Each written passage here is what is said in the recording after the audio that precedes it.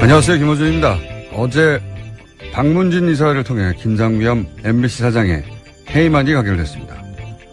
김 사장은 자신의 해임안이 통과되자 공영방송 사장으로서 언론의 자유수호와 방송의 독립소임을 다하지 못하고 물러날 수밖에 없는 것에 사죄한다는 성명을 냈습니다. 최근 10년간 가장 웃긴 성명서입니다. 친박 핵심과 정기 모임을 가졌다는 김장겸 사장의 MBC는 탄핵 정국에서 태극기 집회 참석 인원이 촛불 집회보다 많다고 보도하며 태극기 집회의 영상에서 사람이 없는 빈 공간은 잘라내라고 보도 지침을 내리고 최근까지도 메인 뉴스에 박근혜 허리가 아프다고 걱정하는 보도를 내보내는 방송이었습니다. 그렇게 박근혜 정권에 사람이 할 수 있는 최대치로 부역했던 회사 구성원 90% 그러니까 2,000명이 넘는 동료들로부터 MBC를 망친 주역으로 지목당한 당사자가 공영방송 독립을 지키지 못했다고 한탄하는 정신세계는 시사가 아니라 의학의 영역에서 다뤄야 하는 거 아니겠는가. 김호준 생각이었습니다.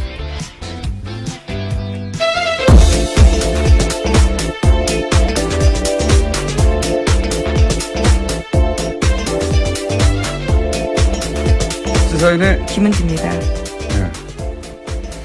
MBC가 이제 노조 파업이 곧 끝나겠네요. 그죠? 네, 이제 무한도전 같은 프로그램도 다시 볼 수 있게 될 것 같습니다.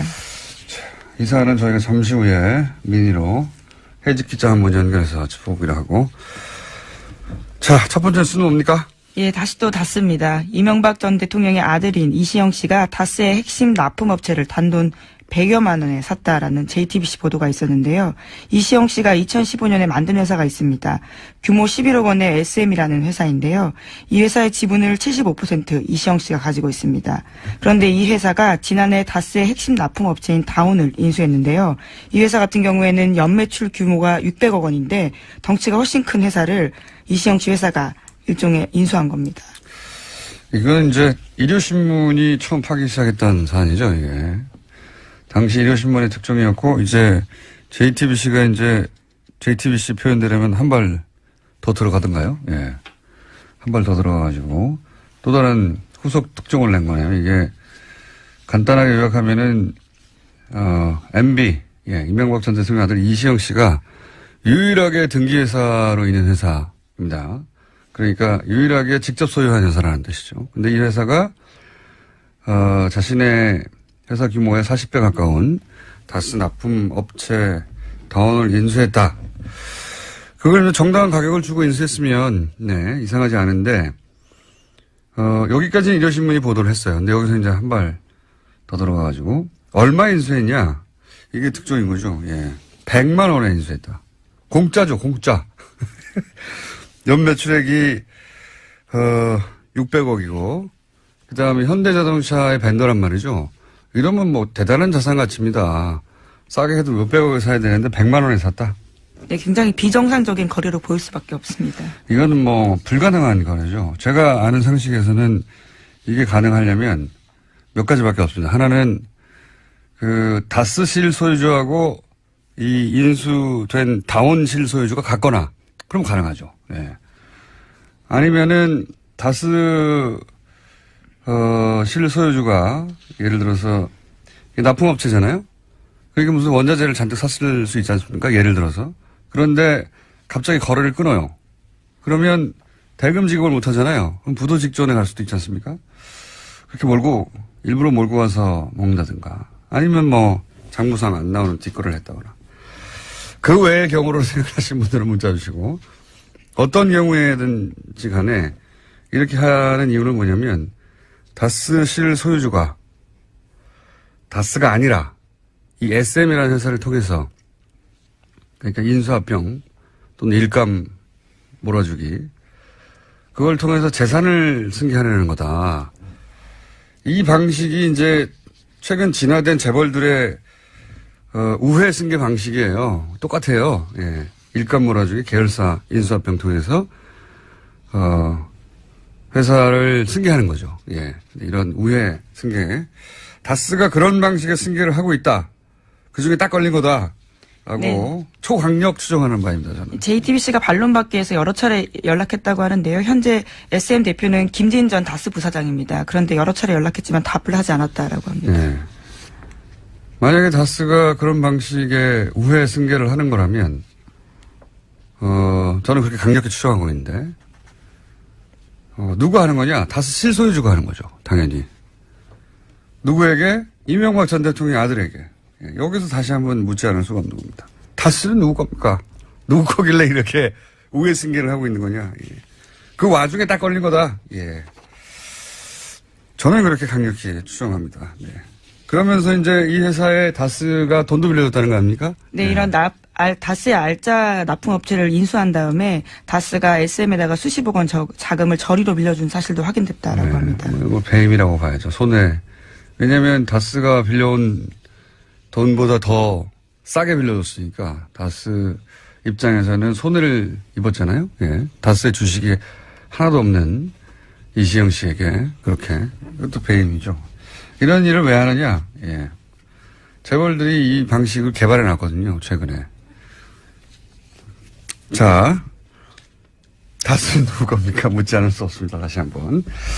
네, 그런 지금 뉴스가 나왔고요. 바레인에 계십니다. 바레인에 계십니다. 자, 다음 뉴스는요.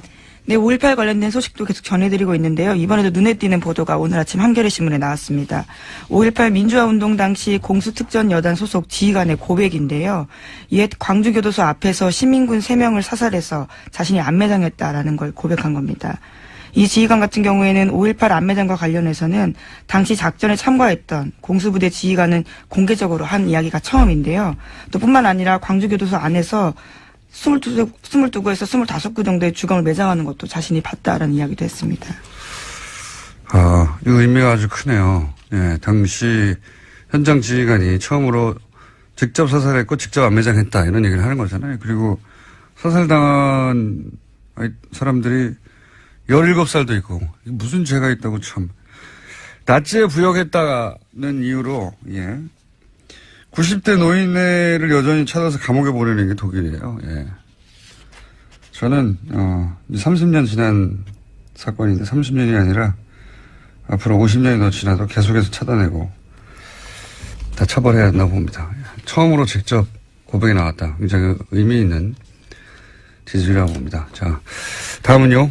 네, 또 관련된 내용이 하나 더 있습니다. 어제 SBS도 관련된 내용을 보도했는데요. 국방부가 5.18 특조위가 37년간 공개되지 않은 8천여 쪽의 기무사 자료를 확보해서 관련된 내용을 분석했다라는 겁니다. 이번에는 당시 안기부가 5.18에 대한 관심을 돌리기 위해서 프로야구 선동열 선수의 출전까지 억지로 추진했다라는 사실을 밝혔습니다. 물론 광주 시민의 반발에 부딪혀서 계획은 실행되지는 못했습니다. 이게 이제 5.18 때 그런 행사를 할까봐, 5주년에. 그때 그 경기에 당시 가장 인기가 높았던 선동열 선수를 출전하게 하려고 안기부가 추진했다 이런 거 아닙니까? 예. 이 안기부, 국정원, 이미 오래전부터 이런 방식으로 정치에 개입을 해왔어요. 우리가 상상하지 못하는 방식으로, 정치를 결합하고, 여론을 조작하고, 전 이번에 이걸 끊지 않으면 앞으로도 계속 국민들이 고통받는다. 속고, 이런 방식으로 정보기관이 운영됐기 때문에 저는 국정원 내에 이런 기술자들, 그리고 이제 퇴직한 오비들, 이렇게 하는 것이, 나라를 운영하는 방식이다라고 믿고 있고 알고 있는 그런 기술자들이 있을 거거든요. 저는 이들이 금단전 증상을 느낄 거라고 봅니다. 왜냐하면 뒤에서 자기들이 국가를 운영했다고 생각할 거거든요. 네. 그래서 여전히 이런 방식으로 국가를 운영할 수 있다고 뒤에서 몰래 생각하는 사람들이 있을 것이다. 기술자들이.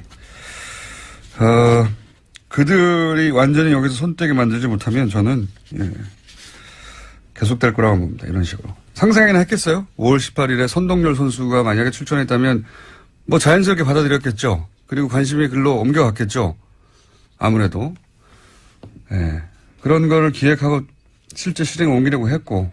네, 체육부의 협조를 받아서 지역에서 영웅시대는 선동열 선수의 출전을 가능하도록 지원하겠다. 이런 내용들이 문건에 있습니다. 이걸 누가 상상이나 했겠습니까? 근데 그런 식으로 해왔다는 거죠. 이것뿐이겠습니까? 그래서 저는 그런 기술자들을 반드시 하나에서 손을 완전히 떼게 만들어야 됩니다. 그걸 평생 경험하다가 은퇴한 오비 얘기도 많이 나오잖아요. 예. 댓글 공작에도 동원됐던. 네, 양지혜라고요. 여러 예. 차례 말씀드렸습니다. 현직과 오비들 다 완전히 손떼게 만들지 못하면 또 나온다고 봅니다. 앞으로. 그리고 그렇게 당해가겠죠. 당하는지도 모른 채. 예. 꼭 이번에 해결해야 된다, 이 문제는. 자, 다음은요? 네, 어제 홍종학 중소벤처기업부 장관 후보자의 인사청문 경과 보고서가 채택되지 못했습니다. 애초에는 어제 오전 10시에 전체회의 열고요. 홍 후보자 보고서 채택할 예정이었는데 여당과 자유한국당, 국민의당 등 야당의 입장이 엇갈리면서 회의가 한 차례 정도 연기가 됐고요. 그 이후에도 계속 열리지 않다가 여당 의원들만 참석한 가운데 회의가 열렸습니다. 결국은 의결은 이루어지지 않았습니다. 이게 이제 정적수가 부족해서 안 된 거거든요. 참석을 안 하니까 정적수가 부족해가지고. 그러니까 홍종학 후보 문제는 이제 이렇게 보고서 채택을 못하게 만든 다음에 예산심의가 곧 있으니까요. 예, 그때 대통령이 임명을 할 거거든요. 그러면 이제 대통령이 임명을 야당에 동의 없이 했다고 하면서 예산심의 때 힘겨루기의 소재로 쓰려고 하는 거죠. 예, 그런 건데. 요 사안은 제가 좀 자세히 청문회도 보고 세무사에도 문의했더니 확실한 결론은 이거 가지고 이제 언론들은 자꾸 양쪽 여야의 주장만 전달하는데 제가 확실하게 문의하고 확실하게 청문회를 본 결론은 일단은 불법이나 탈법은 편법은 없는 거예요. 예. 실정법 위반은. 그동안 뭔가 큰 법적 하자가 있는 걸로 보이게 만들고 싶었었는데, 일단 이제 보고서 채택 단계까지 갔기 때문에, 예. 이 얘기를 좀 해보자면, 한 번만 하고 끝내야 되겠습니다, 이 얘기는. 법적 하자는 없는데, 실제로 있는 것처럼 했던 것은 없는 것으로. 두 번째, 요게 이제 쟁점이었는데, 이 사안이 어떤 사안이 이 세법이 복잡해가지고, 모르시는 분들 위해서 정리를 하자면, 홍 후보 장모가 재산을 증여하는데 딸과 외손녀에게 각각 25%씩 준 거예요. 50%는 다른 자녀에게 주고. 그러니까 외손녀에게 홍 후보 딸이죠. 예. 홍 후보 딸에게 25%를 증여한 부분, 이 증여한 부분을 어떻게 처리했느냐 이게 쟁점이거든요. 결국은 최종적으로는. 근데 미성년자였단 말이죠. 그러니까 부모, 홍 후보죠. 부모가 증여세를 대신 내주고 그 증여세를 또 내는 방법. 이걸 써야 하는데 야당 주장에 의하면. 그런데 홍 후보는 홍 후보의 아내가 딸에게 차용증을 쓰고 빌려줍니다. 돈을. 그러니까 아버지가 돈을 대신 혹은 엄마가 대신 내주고 그다음에 그 부분에 대해서 증여세를 또 내지 않고 차용증을 쓰고 빌려준다 이거죠. 그리고 나서 딸이 물려받은 부동산에서 나오는 수입으로 엄마한테 갚아라. 이렇게 차용증을 쓴 거예요. 근데 이게 불법은 아니지만 왜 논란이 되느냐. 그 이유가 뭐냐면 이렇게 하면 세금을 덜 낸다 이거죠. 그리고 이 차용증이 진짜겠느냐. 결국은 이런 식으로 눈속임하고 부자 대물림 비판했는데 세금을 덜 내려고 잔머리를 굴렸다. 이거거든요. 예. 그러니까 차용증이 요식행위라 이거죠. 세금을 덜 내려고 꼼수를 부렸다. 실제 그런 경우가 있기 때문에 그런 의심을 산 거죠. 그러면 사실은 딱 언론들이 두 가지만 따지면 답이 나와요. 이걸 안 했기 때문에 이 논란이 계속 지속된 겁니다. 혹은 했는데 이게 이제 여당 편을 든다고 그럴까봐 했는데도 보도를 안 했거나 이게 요식행위가 아닌 건 밝혀졌어요. 첫 번째. 요식행위인지 따져보면 되잖아요. 요식행위가 아닌 것이 기본적으로 모든 세금과 원천징수를 다 했어요. 예. 그리고 이율에 따라서 돈도 갚고 있었고. 그리고 두 번째가 핵심이에요. 그러면 이렇게 하면 세금을 덜 내느냐? 세금을 덜 내려고 꼼수를 부렸다는 거 아닙니까? 근데 이렇게 하면 세금을 덜 내느냐? 아니라는 겁니다. 따져보니까. 이자 소득세하고 종합소득세까지 따져보니까 절세 효과가 없어요. 그러면 절세하려고 이렇게 한 게 아니기 때문에 공격할 거리가 없어지는 거예요. 도덕적으로도 법적으로도 하자가 없는 겁니다. 그러니까 절세 효과가 없다고만 해버리면 끝나는 문제를 그걸 안 해줘서 계속 논란이 이어지는 거예요. 자, 이건 여기까지 하고요. 제가 세무사하고 자세히 따져봤더니 없어요. 절세 효과가 사실상. 이자소득세, 종합소득세 다 따져보니까. 자, 이 사안은 어쨌든 정쟁으로 가게 생겼습니다. 예. 다음은요? 네, 해외 소식도 좀 전해드리고 있는데요. 이번에는 사우디 그리고 이란과 관련된 소식도 말씀드리겠습니다. 국제네요. 네, 사우디와 이란의 대리전 부대가 된 레바논에서 전운이 감돌고 있다라는 건데요. 사우디도 지난 9일 레바논에 체류 중인 자국민들한테 헤즈볼라의 공격 표적이 될 수 있다면서 긴급 출국 명령을 내렸다라고 합니다. 요새 중동 관련 뉴스가 많이 나오는데 이게 도대체 무슨 일이 벌어지는지 어려워요. 도대체 무슨 대만은 소식도 있고 예멘 소식도 있고 사우디에서 그렇죠. 왕자들을 숙청했다느니 뭐 많잖아요. 갑자기 총리가 사임을 하고. 예, 레바논 총리가 사임을 했다느니 이게 어떻게 된 일이냐? 사실은 뒤에 배후에 트럼프가 있습니다. 배후에 트럼프가 있습니다. 그렇게 바라보고 이 사안을 보면 쉽게 이해가 되는데 간단히 요약하면 트럼프 대통령 취임 후에 첫 방문지가 사우디예요. 그리고 이제 트럼프의 사위, 가장 지금 힘이 막강하다고 하는 사위가 최근 3번이나 갔어요, 여기를. 트럼프가 가자마자 카타르 단교 생각나십니까? 예, 사우디랑 막 이집트랑 다 모여가지고 카타르하고 물자 교류도 안 하고 단교한다는 거. 그게 트럼프 사우디 방문 직후예요. 이런 일이 왜 일어나냐? 그리고 뭐 레바논 일도 그렇고, 사우디에서는 부자, 그러니까 아들, 딸 세습을 안 하고 왕자 세습이었거든요. 아들, 딸 세습을 하고 싶은 왕가가 있었고, 트럼프는 이란을 코너로 몰아서, 제재하고 싶은 욕망이 있는 두 욕망이 만났어요. 그래서 기본적으로 트럼프는 사우디 왕가의 그 세습 욕망을 인정해주고, 그리고, 강력하게 후원합니다. 그러면서 이제, 왜냐면 사우디는 순이거든요. 순이. 이란은 시아고 이렇게 양쪽으로 갈라져 있잖아요. 큰 세력이. 갈라져 있는데 사우디를 통해서 이란을 견제하려고 하는 거죠. 이란 뒤에는 또 이란은 러시아하고 붙었거든요. 사우디는 미국하고 붙고. 그러면서 앞에서는 순이 시아 그 바로 뒤에 그 양 종주국인 사우디 이란 그 뒤에는 미국과 러시아 이렇게 붙어 있는 거예요. 대리전이에요, 결국은. 미국과 러시아의 대리로 사우디와 이란이 그리고 순위와 그들이 또 순위와 시아를 대리하는 것이고 예멘 같은 경우에 이 순위 시아가 붙어가지고 내전이 일어났죠. 예. 레바논도 마찬가지고요. 구도는 이렇습니다. 예. 이건 한번 따로 길게 다뤄야 하겠는데 결국은 미국과 러시아가 IS 이후에 중동에서 힘의 공백이 생기는데 누가 먹느냐? 길이 많잖아요, 여기서. 누가 먹느냐?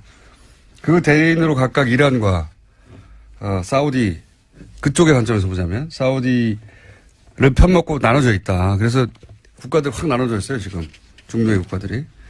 이란과 사우디는 각각 또 종파의 종주국으로서 이제 대결하는 것이고 그 대리전들이 뭐 예멘이니 레바논이니 이런 데서 일어나는 거고요.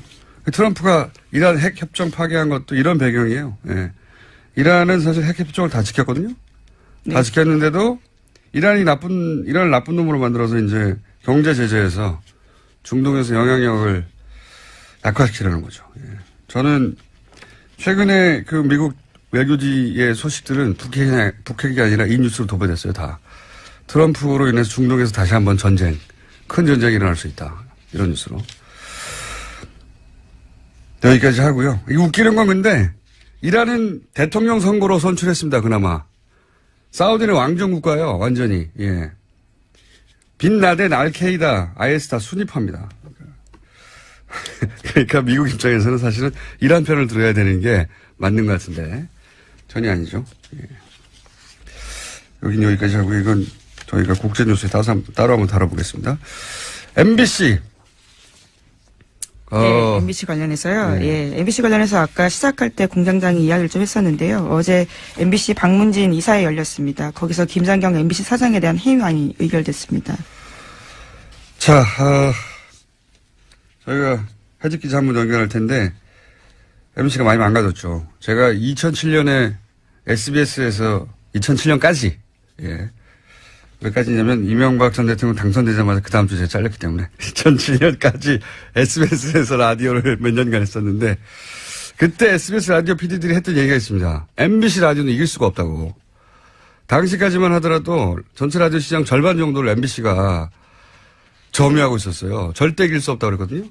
나머지 50%를 나머지 방송국들이 나눠가지고 있었는데 지금 MBC가 얼마나 망가졌냐면 TBS에도 안 됩니다. 물론 TBS는 누구시게 성장했죠. 그 사이에. 하지만 MBC가 보이지 않는다 이제. 그렇게 철저히 망가졌어요. 예. 자, 박성재 MBC 해직 기자 연결해 보겠습니다. 안녕하세요. 네, 안녕하십니까. 네. 해고된 지 얼마나 되셨습니까? 5년 6개월 정도 됐습니다. 예, 굉장히 오랫동안 무직으로 계셨군요. 아니, 다른 방송국에 들어가지 않고 왜 계속 해고된 상태로 계셨어요? 아니, 오늘 같은 날을 기다리려고, 그랬죠. MBC를 살려야 되니까, 예. MBC 꼭 복직하겠다고 생각하고 기다리신 거예요? 네, 그렇죠. 예, 왜냐면은, 방금 공장장께서 말씀하신 대로 MBC가 많이 망가졌잖아요. 예. 그래서, 이거를 제대로 돌려놓지 않으면, 저는, 무덤에도 눈을 못 감을 것 같다, 이런 생각을 하고 있었습니다. 왜 뭡니까?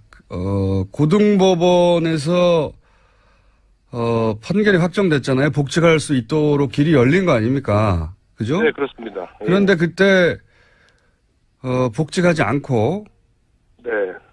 대법원 판결까지 가겠다고 했었어요. 그때 왜 그러셨습니까? 아니, 근데 그거는, 네.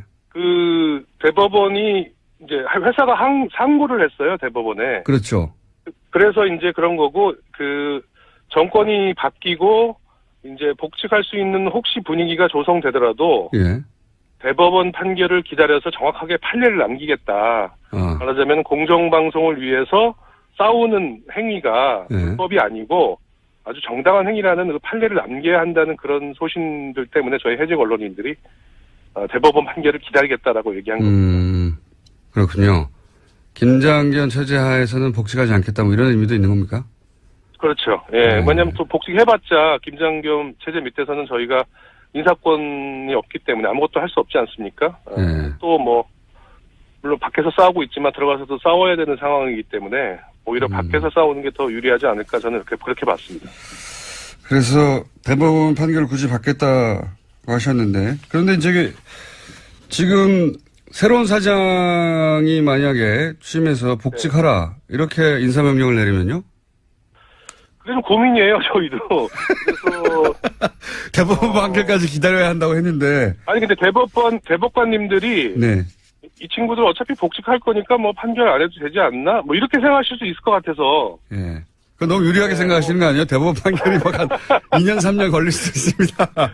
아니 벌써 2년이 넘었어요. 지금 20 나온. 그렇죠. 예. 예, 그래가지고 일단 복직하라 그러면 못 이기는 척하고 복직을 해야 못 이기는 척하고. 근데 이제 방금도 말씀하셨는데 MBC가 이제 독특한 문화가 있습니다. 보면 해직 상태에서 5년간 반드시 MBC로 돌아가겠다고 하는 경우도 그렇게 사실 흔한 경우가 아니고. 네. MBC 노조 파업 현장에서 이 김장겸 MBC 사장 회의만 들리니까 막 눈물을 흘리고 그러던데. 네, 어제 저도 그 자리에 있었습니다. 네.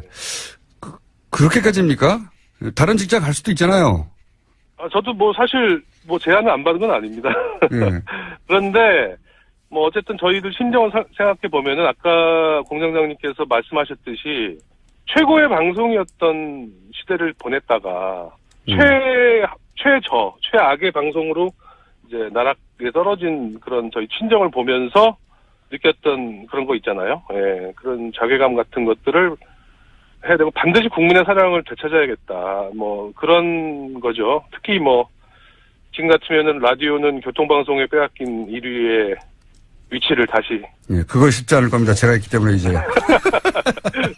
TV도 JTBC에게 모든 사랑을 다 빼앗겼는데 그거를 이제 하나씩 다시 되찾아와야 된다. 국민의 사랑을. 저희는 그렇게 생각하고 있습니다. 지금 10대 혹은 20대 초반은 MBC가 그렇게 뭐랄까요. 잘 나갔었는지 잘 모를 거예요. 예. 네, 그런 것 같더라고요. MBC 뉴스나 시사방송이 대단했죠. 과거에는. 예. 일단 MBC라고 부르지를 않으세요. 젊은 분들은. 이렇게 부르죠. 예, 이렇게. 자, 간단하게 9년간 그러면 어떻게 망쳐왔는지 요약하자면요. 네. 지금 김장겸 사장은 이명박 정권 때부터 정치부장, 보도본부장, 보도국장, 보도본부장, 그리고 사장, 이 9년 동안 이 과정을 거쳐온 거예요. 그런데 김장겸 사장이 잘 나가면 잘 나갈수록 MBC 뉴스와 시사 프로그램은 정반비례로 무너졌어요.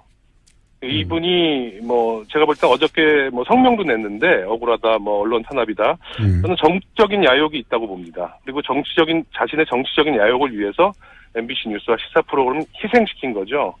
그 공영방송 사장들이 사장만 딱 하고 자기는 인생을 정리하겠다라고 생각하면 아무 문제가 없는데 사장 끝난 다음에 꼭 뭘 더 하려고 그래요.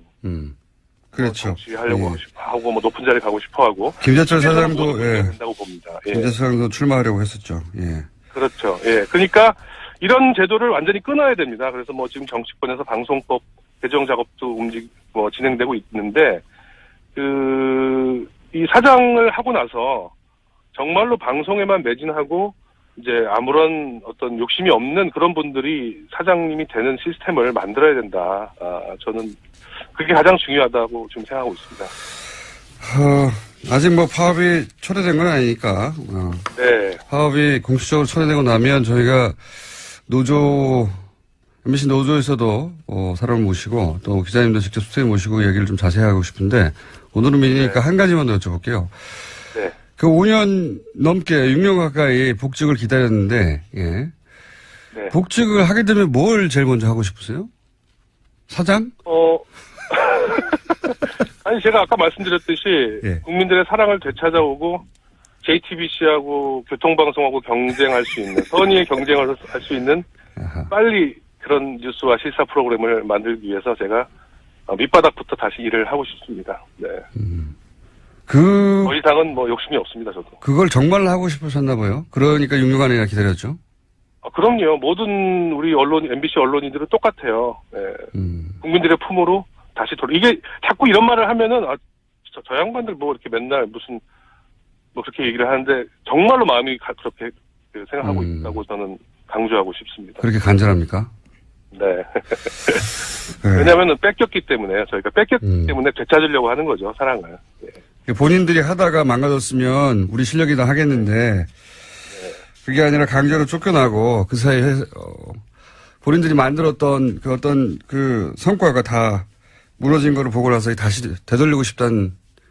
그렇죠. 사실 저희 책임도 있죠. 저희가 제대로 싸우지 못하고 제대로 저항하지 못한 책임도 있는데, 또 너무나 저희가 나름대로 잘했던 방송이었기 때문에 저 양반들 저희를 이렇게 죽이려고 장악하려고 했던 거 아니겠습니까? 그렇죠. 국정원 문건 같은 데서 다 드러났기 때문에 국민들이 많이 이해를 해주시고 계시다고 저는 생각하고요. 이제는 정말로 다시 돌아가는 그런 방송이 돼야 된다. 옛날로. 그래서 그런 고민들이 이제 지금부터 시작될 것 같아요. 저희 언론인들은, MBC 언론인들은. 예. 알겠습니다. 다음에 다 스튜디오 직접 모시고요. 예. 한 가지만 말씀드리면 아침 시사는 안 된다는 거, MBC. 돌아오셔도. 오늘 여기까지 듣겠습니다. 감사합니다. 감사합니다. 예. 박성재 MBC 해직 기자였고요. 예. 어제 박문진 이사회에서 어떤 일이 있었는지 제가 짧게, 클립 들려드리고, 그 사이에 김은희 기자는 인사하겠습니다. 예. 수고하셨습니다. 네, 감사합니다. 경영진이 바뀐다면 권력에 대한 견제라고 하는 것은 심각하게 유린될 수밖에 없고 또 붕괴되는 것입니다. 정권 비판을 어떻게 하느냐? 정권 비판을 그래서 잘했습니까, MBC가 그동안에? 그 전에 그 편파적인 보도에 대해서는 일체 얘기하지 않고 과거 여러분이 선임한 보도본부장 중에 심지어 여기 와가지고 정권을 비판하는 것이 언론의 사명이 아니다! 라고 생각하는 본부장도 있었습니다.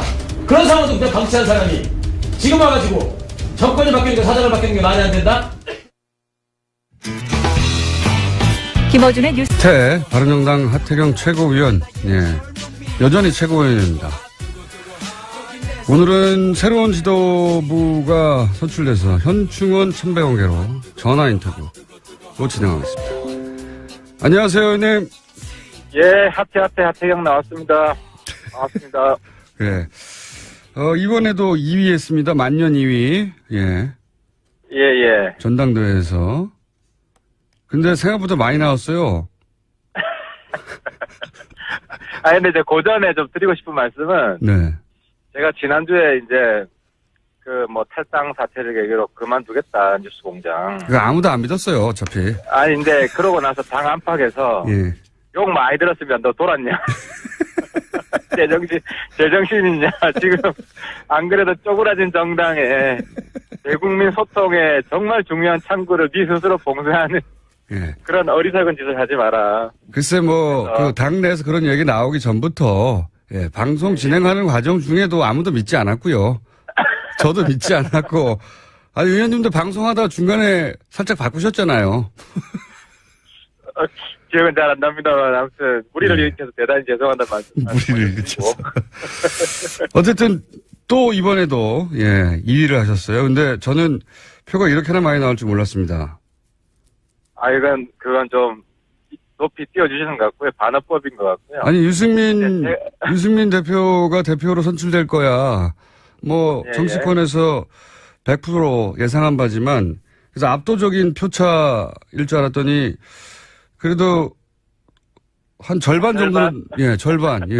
대선 후보의 절반이면 많이 나온 거죠. 근데 이제 더 중요한 의미가 있는데요. 이제 과거 바른정당은 김무성, 유승민 투탑, 이렇게 국민들이 기억을 할 텐데. 어쨌든 지금은 유승민, 하태경 투탑이다. 이건 이제 근본적인 색깔의 변화다. 본인이 이제 김무성급이다 이런 말씀이십니까? 거기까지는 아직 안 간 것 같고요. 이제 그까지는 아니더라도 어차피 김무성 대표야 지는 해고. 분위기는 어떻습니까?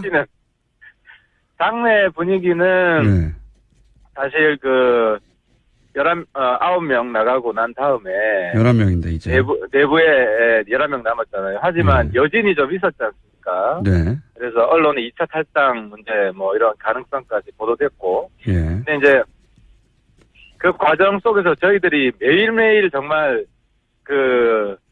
고해성사하듯이 서로에 대해서 진솔하게 이야기들을 많이 나눴습니다. 매일매일 한 어떤 5일 얘기요? 동안. 갈 거야 안 갈 거야 이거요? 우리 당에 대해서 어떻게 생각하고 나 개인의 사정, 내 개인의 지역구 사정, 또 앞으로 개인의 정치적 진로 솔직하게 얘기해보자. 다 솔직하게 솔직하게 이야기를 하고 그 속에서 뭐라 그럴까요? 좀 서로에 대한 허물이 좀 없어지고 좀 더 가까워지고 하면서 어쨌든 단결의 기운이 상당히 좀 높아졌습니다. 그렇습니까? 자유한국당이 문 닫았다고 해서 그런 건 아니고요? 그것도 사실 이제 두 세력한테 희소식인데 이제 우리 당 내에 강경한 자강파, 저 같은 사람한테는 사실 고마운 이야기죠. 이제 한국당 놓고 그만두리라. 우리 당 내에 원내든 이런 의미가 있고, 또 하나의 의미는 서청원, 최경환 친박 쪽에서는 또 사실 자유한국당은 120석 넘기는 게 중요하잖아요. 그렇죠. 120석 넘기는 걸 포기하겠다는 거거든요. 3분의 1. 그렇죠. 그 선언이에요. 굉장히 황당한 선언입니다. 자유한국당 입장에서는. 그렇죠. 이때까지 120석 넘겨서 국회 선진화법에 의해서 모든 법안에 태클을 걸 수 있도록 하는 의석수를 위해서 달려가는 것으로 보였는데 바로 직전에 멈췄습니다. 그러니까 그 이야기가 바른정당에 주는 메시지가 아니라 정부 여당에는 대정부 견제 포기 선언이고요. 3분의 1까지 목표를 하겠다는 걸 포기하겠다는 것이고, 왜 이런 대정부 야당 역할을 정말 강한 야당 역할을 왜 포기하는 거냐? 포기했다기보다는 멈췄습니다. 아직 당. 그렇죠. 이제 이거는 이제 서청원 녹취록의 파워라고 봐야 되죠. 더 몰아붙일 수는 없다. 그렇죠. 우리가 들어가는 것이 비박이 들어가는 것이 의원총회에서 점점 더 서청원, 최경환 제명 숫자를 늘리는 것으로 해석할 수 있잖아요. 네.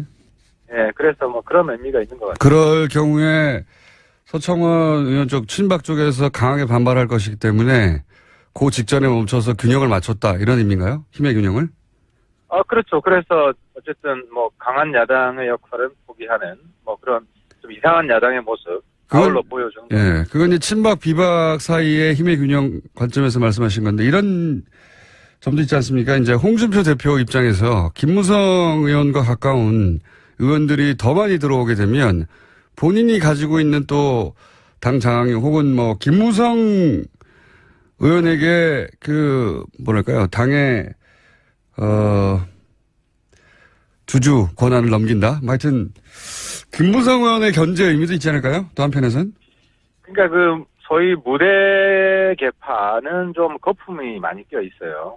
네. 그러니까 이제 처음에 탈당했던 13명, 예. 13명이 무대가 먼저 보낸 것이다. 예. 무대는 나중에 갈게. 이렇게 예. 작전이다 하는 것도 제가 뭐 어떤 자리에서 말씀드렸는데 전혀 그렇지 않다. 무대를 버리고 간 것이다. 실제로는. 실제로는 더 이상 제가 그 회의 자리에 있었지 않습니까? 장본인입니다. 있었고 그 안에 있었던 무대 형님 더 이상 못 믿겠다. 우리는 독자 행동을 하겠다. 해서 간 거고요. 먼저 보낸 게 아니고 버리고 간 거다. 네, 버리고 간 거죠. 그럼 이번에는 나중에 후발로 가는 게 아니라 나도 같이 데려가줘 이렇게 한 겁니까? 그런 거죠. 이번에는 이제 무대가 처음에 총대 맨 게 아니고, 예. 삼선 의원 모임이 있었잖아요. 예. 처음에 통추라고 하는, 삼선 의원 모임에서 몇 분이 주도한 건데, 예. 그때 무대는 이거 너무 빠르다, 잘못되었다라고 당내에서 비판을 하는 입장이었어요. 여하간 네. 홍준표 대표 입장에는 그렇다 하더라도 이제 김무성 의원을 견제하는 의미도 없진 않을 것 같습니다. 그러니까 견제 안 해도 되는데, 그건 이제 홍준표 대표가 너무 의원들하고 관계가 안 좋으니까, 당내에 한국 당내에 정세 파악이 저는 안 된다고 보입니다. 홍준표 대표가 믿고 의지할 만한 세력이 없죠, 현재 본인 입장에서. 없죠. 그러니까 다 못 믿는 거죠, 다. 예. 당 안에. 모든 사람을 못 믿게 되니까, 이제, 별로 제가 볼 때는 이제 종이 호랑이가 들어갔는데도 굉장히 실제로 홍준표 대표가 무대도 거의 개파도 아니고 이익 집단이다 하면서 엄청 견제구를 날렸잖아요. 예. 그게 오히려 무대를 키워주는 거다. 상대적으로. 그러니까 친박근혜 혹은 김무성 계보 이런 세력과 혼자 홍준표 대표가 이제 견제와 균형을 찾다 보니 이렇게 문을 닫아버린 것이다. 종합적으로 그렇죠. 보자면. 친박도 그게 강한 개파가 아니거든요. 다 그냥 허물어진 궁궐인데 거기서도 자기가 소위 말해 포섭을 해가지고 다 자기 사람 만들 수 있는데 그런 걸 전혀 안 하잖아요. 계속 욕만 날리고 막말만 하고 당내에서도. 그래서 홍준표 대표의 당내 정치는 정말 안철수, 유승민 다 지금 성적이 별로 좋지 않지만 최악인 것 같습니다. 지금 다른 정당을 걱정할 처지가 아닙니다. 지금 바른정당이.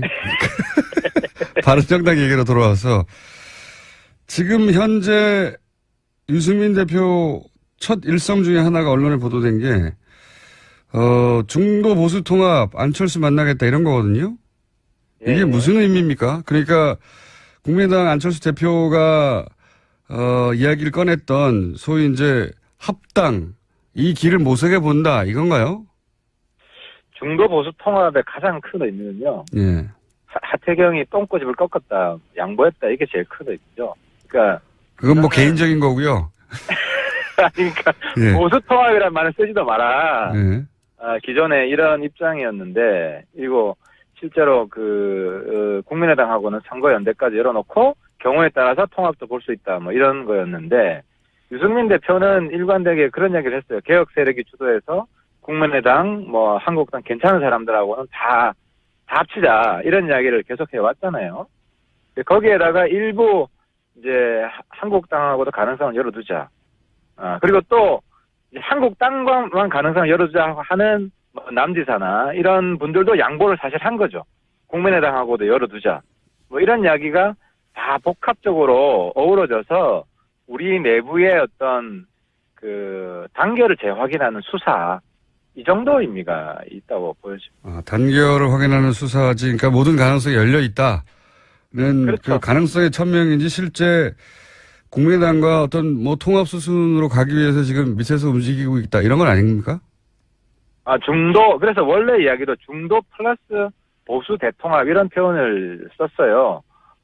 그래서 이제 당 내에서 여전히 한국당 탈당 이런 문제가 여전히 남아있어가지고, 저도 어쨌든 그 당내 일원으로서 제 고집을 일부 양보하고, 남지사 같은, 분도 보수 통합론자도 일부 양보하고, 이렇게 이제 타협을 한 겁니다.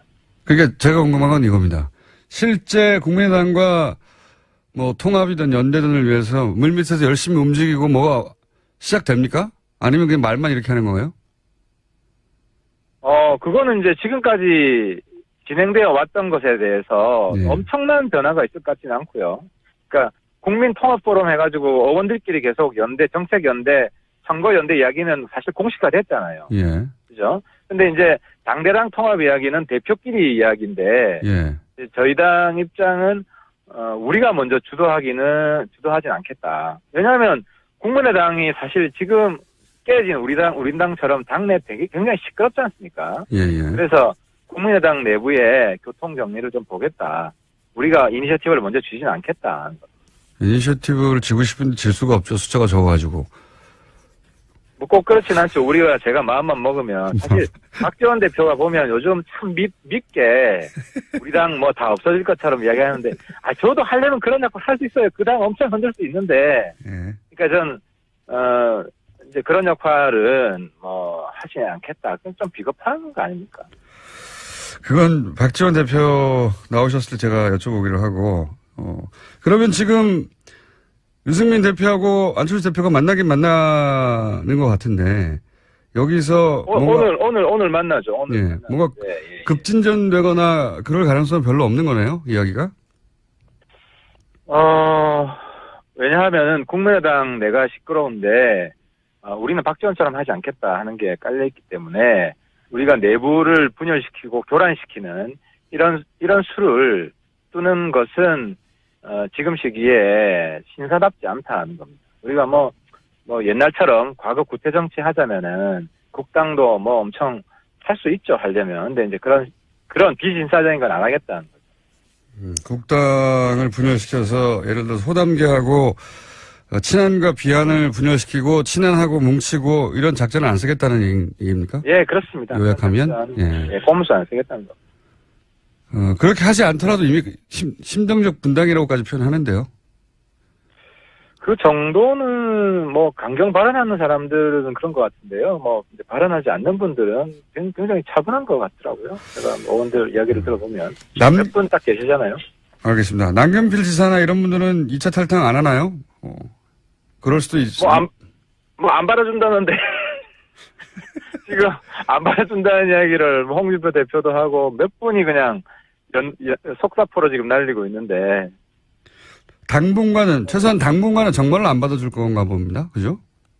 실현 가능성이 없는 것 같고, 왜냐면, 남지사 같으면은 서청원 킬러예요.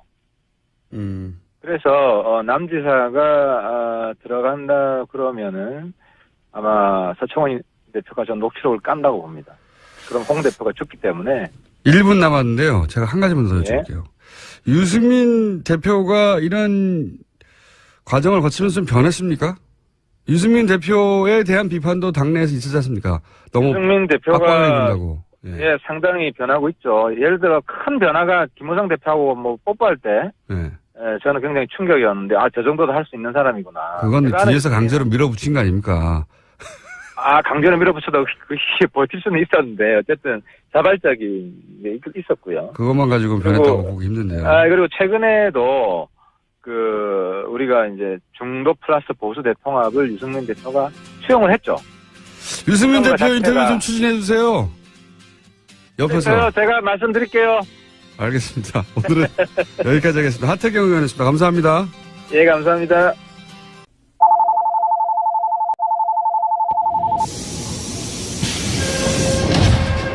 출입문 닫습니다. 김어준의 뉴스 공장.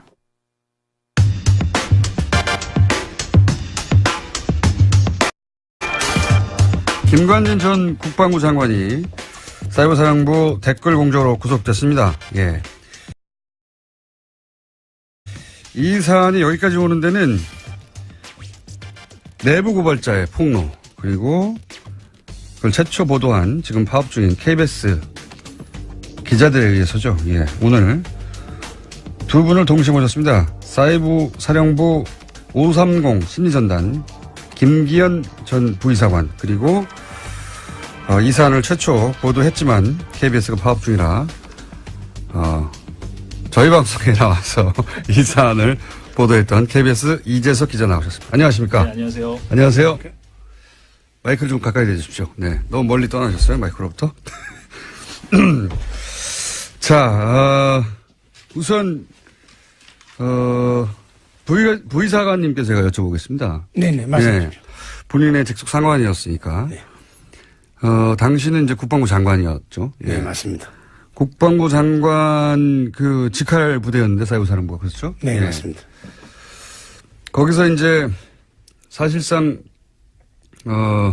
단장 역할을 하셨다고. 예. 제가 이제 부단장 역할을 하셨고. 네. 예. 김관진 전 장관은 어떤 사람입니까?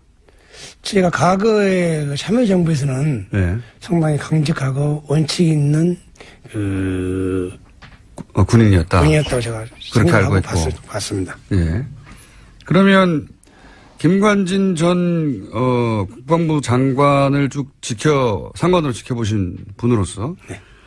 지금 현재 이제 국면이 이렇게 되고 있지 않습니까? 김관진 전 장관이 단독으로 이 사이버사령부 댓글 공작을 하였다는 게 이명박 전 대통령 측의 주장이고, 김관진 전 국방부 장관은 아니다, 이명박 전 대통령이 지시하였다, 이렇게 지금 갈리고 있지 않습니까? 네. 본인이 겪어본 김관진 전 국방장관의 경험에 비추어서 보자면 어떻습니까? 이게 단독으로 하실 분인가요? 그 당시 정황으로 봐서는 제가 네. 우리 일부 요원들이 네. 장관님을 보고하지 않고 네. 제가 초대 사령관에서부터 일부 요원들이 청와대를 네. 왔다 갔다 하는 그 정황을 봤습니다. 그러니까 장관에게 보고하지 않고 직접 청와대로 가는? 네. 그래서 내가 한마디 했죠. 우리는 장관 보아지. 네. 이렇게 우리가 함부로 기능 부대가 청와대를 왔다 갔다 하는 건 안 된다. 그리고 나서부터 이제, 지휘체계가 변경이 되고 나서부터. 지휘체계가 어떻게 변경됐습니까? 그러니까 최초에는 국방정보본부의 지시를 받다가. 예. 2011년 7월 1일부로 예. 장관 직속으로 지휘체계가 변경됐어요. 예. 그때부터 아마 장관님께서 관여한 걸로 제가 알고 있습니다. 지휘체계가 변하고 나서 장관이 관여를 했고, 그런데 그 이후로도 장관에게 보고하지 않고 청와대로 직접 가는 경우도 있었다고요. 그렇죠. 그 예. 이전에는. 그 이전에는. 네. 아하. 그러면 사이버 사령부가 이 직할 체제가 되기 전에는 청와대에 직접 보고를 했고, 아마도 그 당시는 군의 조직이다 보니까 예. 아마 비공식적으로 관련 요원들을 이렇게 불러다가 예. 회의하고 뭐 내용을 전달받고 오지 않나 그런 생각을 들었고, 제가 또 어디 갔냐 물어보면은 거기를 갔다 BH를 갔다 하길래 야 근데 다니 안 갔으면 좋겠다. BH 청와대. 네, 우리가 왜 그런 데를 가야. 그래서 제가 그런 일을 말을 한 적이 있습니다. 그러면 그런 거 이외에 이 댓글 작업이 청와대 쪽으로부터 내려온 지시라고 생각했던 정황이 또 다른 게 있나요? 국감에서도 봤지만은. 인력 충원 문제요? 인력 충원 문제 떠나서 뭐 홍보수석한테, 예. 홍보수석이 예. 국방부 정책실장한테 이렇게 오다를 줬다고 한 말이 예. 국감에서 나오더라고요. 예, 예. 그래서 쭉 그것을 국감에서 어느 국회의원이 하는 말을 듣고 그동안 청와대를 다니고 왔다 갔다 하는 내용 정황을 봤을 때 아마 청와대 오다가 있지 않았나 하는 생각이 듭니다. 그렇군요. 그러니까 평상 그 경험한 바로도 청와대를 왔다 갔다 하는 게 이상했는데 네. 국감에 나온 내용을 들어보니 홍보수석 만나고 저기서 지시를 받았구나. 네. 앞뒤가 맞아 떨어지는 네. 상황이었다. 네. 그 외에 이제 이런 얘기도 나왔지 않습니까? 이재석 기자님? 예. 인력을 요청하면은 예산은 승인 나기까지 한 3년 걸리는데. 네네. 예. 그리고 승인이 나도 한 10명 수준인데, 뭐, 70명이 한꺼번에 이렇게 짧은 시간에 승인 나는 게 애초에 불가능하다. 뭐 이런 얘기 나왔지 않습니까? 그러니까 2012년에 군무원이 대폭 증원이 되죠. 예. 군 사이버 사령부 인력이 충원이 되는데 그 과정 자체가 매우 비정상적이었고 편법적이었다는 사실이 2013년 국감 때 진성준 의원실이 최초로 이제 문제 제기를 했었는데 그때 당시에도 이제 김태효 전 비서관을 조사를 했다가 무혐의 처분이 내려졌었거든요. 그랬다가 이번에 이제 다시 이제 우리 그 김기현 전 과장님의 폭로로 인해서 다시 한번 이제 문제가 불거지기 시작했고 실제로도 이 부분에 이제 상당 부분 문제가 있다는 게 이철희 의원실을 포함한 국회에서 이제 내부 자료를 공개함으로써 예 그게 바로 대통령의 어떤 지시사항이었다 명료하게 그게 이번에 밝혀졌죠. 왜냐하면은 이제 국방부 장관이라고 하더라도 예산을 따올 수는 없거든요. 네. 기본적으로 네. 예산을 따오려면 기재부에서 돈을 받아야 되는데 예 그랬던 얘기는 이제 그 윗선 뭐 청와대에서나 지시를 했기 때문에. 예. 3년이 걸리는 게 몇 개월도 안 걸리고, 그리고 뭐, 10명밖에 안 되는 걸 70명이 한꺼번에 이 사이버 사령부가 충원된 거 아니겠는가. 그것도 예. 선거 직전에. 문건에 예. 대통령 지시사항이다. 이렇게 강조가 돼 있죠.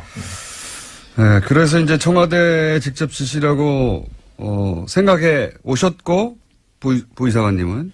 그런데 이제 최근 나오는 정황들을 볼 때 앞뒤를 맞춰보니 분명히 청와대 지시인 것 같다, 이렇게 생각하시는 네, 그 당시도 제가 이제 봤을 때, 예. 우리 요원들 사이에 청와대를 누구를 만나러 가느냐 하니까, 뭐, 김태호 전략비서관을 만나러 간다고 해요. 우리가 김태호하고 무슨 관계 되느냐. 몇 번 했죠. 뭐, 좀 부정적으로 그 말 하니까 사람들이, 예. 좀 저를 이제 뭐랄까, 호남 사람이다 뭐 고깝게 생각하고, 좀 이제 그때부터 경계하기 시작하더라고요. 그때부터 김태호 전략비서관. 그리고 청양리가 인원을 뽑을 때 이제는 무슨 그 뽑는 것이 통치행위라고 하는데 예. 이 인원 대통령은 인원을 뽑으라고 지시는 할 수는 있습니다. 예. 언제든지 예. 지시를 하게 되면은 관련 부서에서 판단을 합니다. 예. 그럼 판단하는 국방부 조직과에서 판단하죠. 예. 판단을 해가지고 예산을 채워서 예. 인원을 점진적으로 뽑지 예. 이렇게 통치행위라고 해서 이렇게 막 50명을 뽑고 100명을 뽑는 것은 그건 불법적인 행위고 이전에는 없었던 행위라는 거죠. 예. 전대미문 사건이죠. 전대미문이다. 만약에 통치행위를 한다면은 준전 상태라든가 예. 전쟁이 발발하고 있다든가 그떤 여러 가지 과정을 거치면 인원 뽑는 소요가 되기 때문에 예. 직접 투입해야겠다 전쟁에. 그렇죠. 그때는 통치행위가 발동할 수 있죠. 그런 이건 통치행위라고 볼 수 없죠. 그런 자기의 모든 사건을 미화하고 합리화하기 위해서 그 말하는 거랑 마찬가지죠. 자기들 세력을 당선시키는 게 이들에게는 전쟁이었으니까요. 예. 전시 상황이었던 거죠. 예, 그러니까 김관진 전 장관을 비롯한 그쪽의 주장은 이제 2012년이 워낙에 중요한 해였기 때문에 그렇게 했다라는 것인데, 예, 뭐 수사를 더 진행해 보면 어떤 목적이 안보가 있는지. 무척 위태로운 상황이어서 그랬다고. 예. 예, 그렇게 그런데 주장하죠. 안보지만은 일단 전투가 벌어져야 예. 심지어는 전투를 지원한 겁니다. 예. 전투도 안 벌어졌는데 그 뽑은다는 것은 전쟁이 아니죠. 그러니까 예. 필드에서 실제 전쟁이 벌어진 게 아니라 사이버상에서 자기들이 생각할 때 전쟁이 벌어진 거죠. 예. 그래서 전쟁 났어! 사람 투입해! 그래서 70명 한꺼번에 뽑은 것이다. 이런 상황이고요. 군에 평생 계셨다 보니까 전쟁 안 났는데 왜 이렇게 70명 뽑지? 전대미문이네? 이렇게 하시는 거고. 그러면은 이제 직접 댓글 작업에 투입됐던 분으로서 이동관 전 수석이 이명박 전 대통령 발해인을 출구하면서 이런 얘기를 했습니다. 문제가 된 댓글은 전체 0.9%밖에 불과하고 그 중에서도 법원은 0.45% 그 절반밖에 인정하지 않았다. 이거밖에 안 된다. 이렇게 나머지 몇 프로입니까? 90% 이상은 이거 정상적인 이제 안보 차원의 북한 심리전을 막는 정상적인 댓글이었다. 이렇게 주장하거든요. 이거 어떻게 보십니까? 통상적으로 이제 심리전이라는 것은 예. 그분들이 아마 몰라서 그러는데 댓글로 한 것이 아니고 예. 상대편에게 진실을 알리면은 예. 그 진실 내용을 보고 예. 다시 우리 편으로 오게 하는 겁니다. 북한에 대해서 네, 즉 말하면 북한의 그 상황을 예. 북한 주민들이 모르니까 예. 북한 지도부의 실상을 전파하면은 주민들이 그것을 보고 동요하고 다시 우리 편에 오게 한 거죠. 예. 그게 정상적인 정상이지. 대북심리전이다. 대북심리지. 그런데 예. 대북심리라는 것은 인터넷 공간에서 대북심리 한다는 것은 단방향이에요. 단방향. 쌍방향이야지. 예. 우리가 한 것을 북한 군인이 볼 수 있어야죠. 응? 근데 북한 주민이 봐야 되죠. 맞아. 예. 예. 북한 주민이 보지 않고 온라인상에 예. 우리 국민들만 봤어. 볼 수 있잖아요. 예, 우리 그것이 국민들만. 일명 이제 정북이라든가 예. 뭐 북한이라 하는데 그럼 맞지가 않는 말이라고 저는 봅니다. 예. 결론적으로 그것이 뭐냐 온라인상에 독약을 뿌려가지고 예. 우리의 그 국민들이 기본권이 침해되고 알 권리를 판단을 흐리게 하고 하기 때문에 그런 통치행위야 볼 수 없습니다. 그러니까 0.45%가 아니라 댓글 작업 전체가 사실은 정상적인 대북심리전이라면 북한 주민들이 보도록 북한이 접속하는 인터넷 사이트나 가서 해야 되는데 우리는 다 그냥 인터넷 게시판에서 했기 때문에 자국민을 상대로 한 모든 댓글들이 정상적인 댓글이 아니다. 그러니까 그 홍보수석이 말한 것처럼 0.45%가 문제가 아니고 그 당시에 수사를 올바르게 했고 정상적으로 수사를 했더라면 0.4% 나오지 않습니다. 얼마나 나옵니까? 경험상. 통상적으로 그 수사를 하실 때 그 진보 보수 사이트를 주로 이제 수사를 했죠. 예. 네이버 같은데 그러나 나도 댓글을 했지만은 주로 이제 진보 성향 사이트 많이 하죠. 아, 오히려. 예. 진보 사이트는 결론적으로 대통령을 비난하고 그 정책을 비난하기 때문에 그 반대를 안 하기 위해서 다음 그런 사이트에 많은 포탈 중에는 다음에서 주로 작업을 했고 예. 커뮤니티도 기본적으로 이제 진보적인 성향을 띠는 커뮤니티에 가서 작업을 했지 이렇게 그 지난 정권에서는 희한하게도 네이버의 댓글들은 보수적인 댓글이 많았죠. 예. 그것도 좀 의심스럽습니다. 의심하십니까? 예. 예. 그러니까 이제 그 홍보수석가님도 그렇게 지금 한 강요로서 국무위원으로서 구속된 상태에서 그 해외 출장 가면서 공항에서 뭐 성명을 발표한다는 것이 저는 부적절하고 0.45%는 못하고 10%는 뭐합니까? 예. 그렇죠. 총을 들고 싸운 군부대에서 그 했다는 게 수치스러움이고 더 나가서 헌법유리 행위 아닙니까? 그것도 아직 모르는 상태를 보니까 아직 멀었어요. 아직 멀었어요. 그러니까 지난번에 제가 뉴스공장에 출연해서도 전해드린 바가 있는데 그 다음 진보적 성향이 상대적으로 강한 다음 사이트가 그 댓글 요원들의 주 활동 무대였는데 그 다음에서 사용했던 아이디는 다 제출하지 않았었다. 그렇죠. 네이버 아이디만 제출했었다라는 소식을 제가 전해드린 바가 있었거든요. 그렇죠. 그러니까 그때 당시에 수사가 얼마나 부실 수사였고 증거가 인멸되었던가를 알 수 있는 단초가 되는 그런 에피소드죠. 그러니까 2014년 국방부 자체 조사가 부실 수사였다는 게 판명이 된 상황에서 문제가 된 댓글이 0.9%다라고 얘기하는 것은 조금 뭐랄까요. 그러니까 2막이 진행되고 있는데 1막 가지고 얘기하는 어떤 그런 상황이라고 할 수가 있는 거죠. 1막은 이제 보수 정권이 집권하고 있을 때 어떻게든 이 사안을 축소하려고 했을 때의 내용이고 지금 말씀하신 내용은 포탈만 따지더라도 다른 커뮤니티 아니고 네이버는 희한하게도 댓글이 이제 보수적인 댓글이 많이 달려 있었는데 그것도 뭐 작업이었다고 의심하는 사람도 굉장히 많습니다. 근데 다음은 상대적으로 진보적인 댓글이 많이 달렸는데 그래서 작업을 적어도 사이버 사령부에서는 다음에 가서 했다 주로. 예. 본인도 혹시 다음에서 여러 가지 작업하셨습니까? 네, 했습니다. 저도 닉네임이 소나무, 다금바리, 뭐 휘발유 등등 있습니다. 참 부끄러운 일이고 한숨스러운 다고 저는 생각하고 있습니다. 지금. 왜 다금바리로 정하셨어요? 좀 은폐하게 해서요.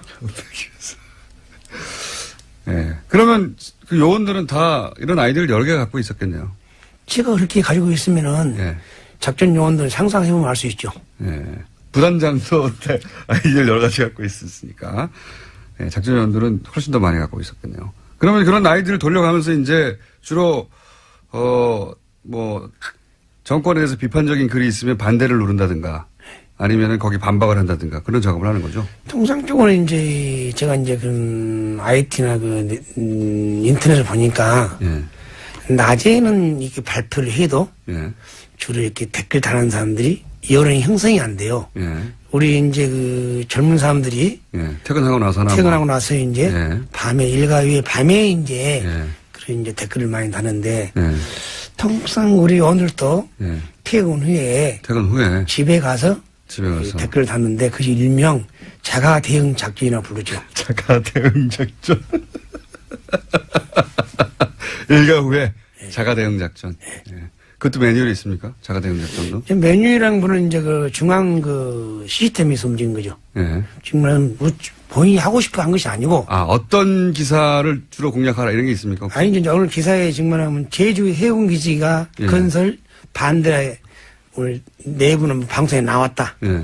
그러면 뭐 제주 해운기지 반대 뭐는 한 사람은 뭐 정보, 예. 뭐 찬성은 좀 적잖아요. 예. 그러다 보면 이제 처음에 최초 기사에 반대가 90, 예.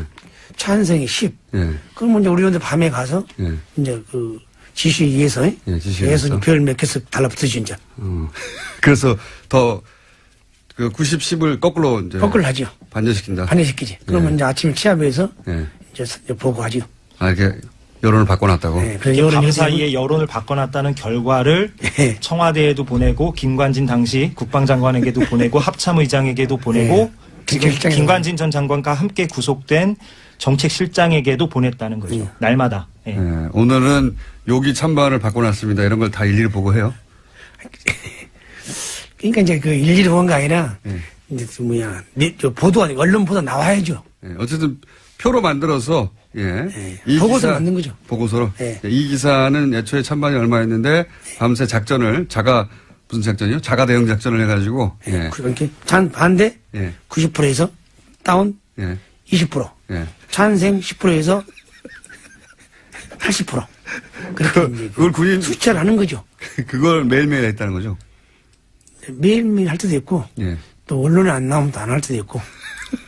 아, 그런 큰 이슈가 되거나 이렇게 찬반을 표시할 만한 기사가 안 나오면 안 하고. 그렇죠. 예, 그런 게 많이 나오면 많이 하고. 예. 예. 예. 군대에서 그런 걸 했다는 게 좀 웃깁니다. 듣기만 해도.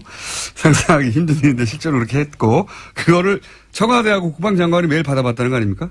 예. 청와대는 시스템을 보냈고, 아, 시스템으로. 예. 예.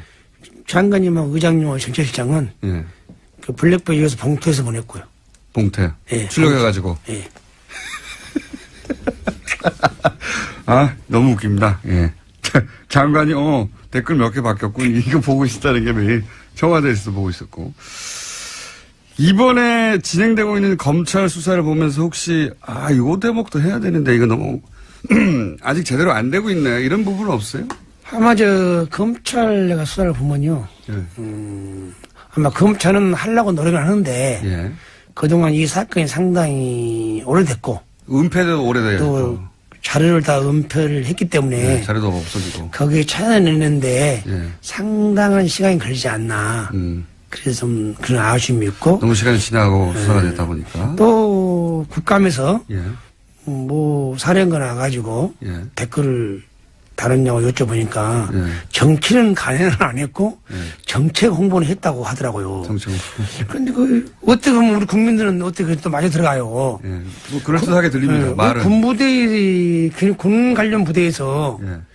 예, 정책을 홍보한단 말은 예. 그야말로 어불성설이고 헌법 유리 행위죠. 예.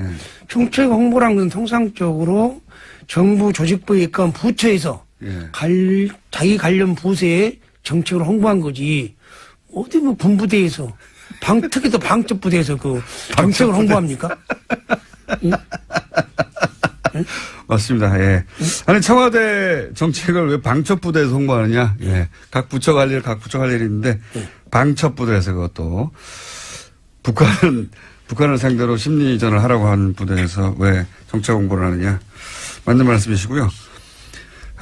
이재석 기자 입장에서는 혹시 이 부분을 수사를 검찰이 해야 되는데 아쉽다 이런 부분 없습니까? 그러니까 지금 기무사 부분이 좀 핵심적인 부분인 것 같습니다. 기무사? 그러니까 사이버 사령부는 지금 김관진 전 장관하고 그 정책실장도 구속이 됐기 때문에 수사에 좀 더 속도가 붙을 것으로 보이는데 물론 이제 관심사는 청와대 특히 이제 이명박 전 대통령까지 갈 수 있느냐 이제 이 부분이겠죠.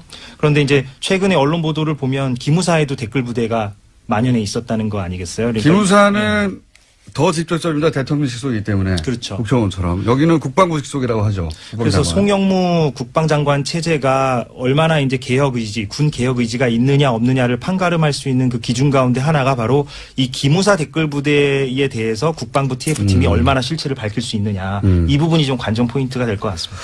기무사는 말하자면 군의 국정원과 같은 곳이라 그 국정원은 지금 TF가 들어가서 열심히 서버 차원에서 뒤지고 있는데 기무사는 그런 작업은 없기 때문에 쉽지는 않을 것 같아요. 여기는. 예. 그리고 이 말씀 나온 김에 말씀드리자면 국정원은 지금 개혁위원회가 정기적으로 발표를 하거든요. 자기들의 조사 결과를. 그런데 국방부 같은 경우는 지난번에 1차 중간 조사 결과를 추석 연휴 때 발표하고 막 그랬어요. 그러니까 조금 뭐랄까요. 그러니까 언론의 노출 빈도도 좀 적고 그러다 보니까 좀 이렇게 제보가 좀 잘 안 들어가고 선순환이 안 이루어지는 그런 측면도 있는 것 같습니다. 그리고 이제 군이다 보니까 더 은폐되고 있는 것 같은데. 자, 오늘 제가 해보니까, 저희가 잠깐 시간을 마련했는데, 사실 해보니까 하실 말씀이 많을 것 같아요. 그래가지고, 앞으로 몇 분 더 모실 거 예정입니다. 네, 해보니까 아주 재미있고 솔직하게 말씀하셔가지고, 너무 리얼하게. 아이디 휘발유. 또 다른 아이디 생각나시는 것 중에 휘발유하고, 다금바리하고. 그거 있지 않습니까? 동백꽃 있다고. 동백꽃도 있고 소나무도 있고요. 동백꽃, 소나무. 네. 그때 기본에 따라 정하신 거죠? 네. 활동 많이 하셨습니까, 그걸로? 했습니다. 지금도 삭제되지 않고 남아 있습니까? 다음에 찾아보면? 저는 이제 그때 그 이후로 엄청난 고통을 받았어요. 제가 제보자를 말려가지고. 그래서 국방부 장관이 대변인이 나를 발표해요. 사찰 문건을 가지고 김경희가 장관도 못 오가고. 장관을 못 오겠다. 10년 다녀도 못 오겠고 상관 모욕죄로. 네, 그 모욕죄를 가는 것도 기소를 해요.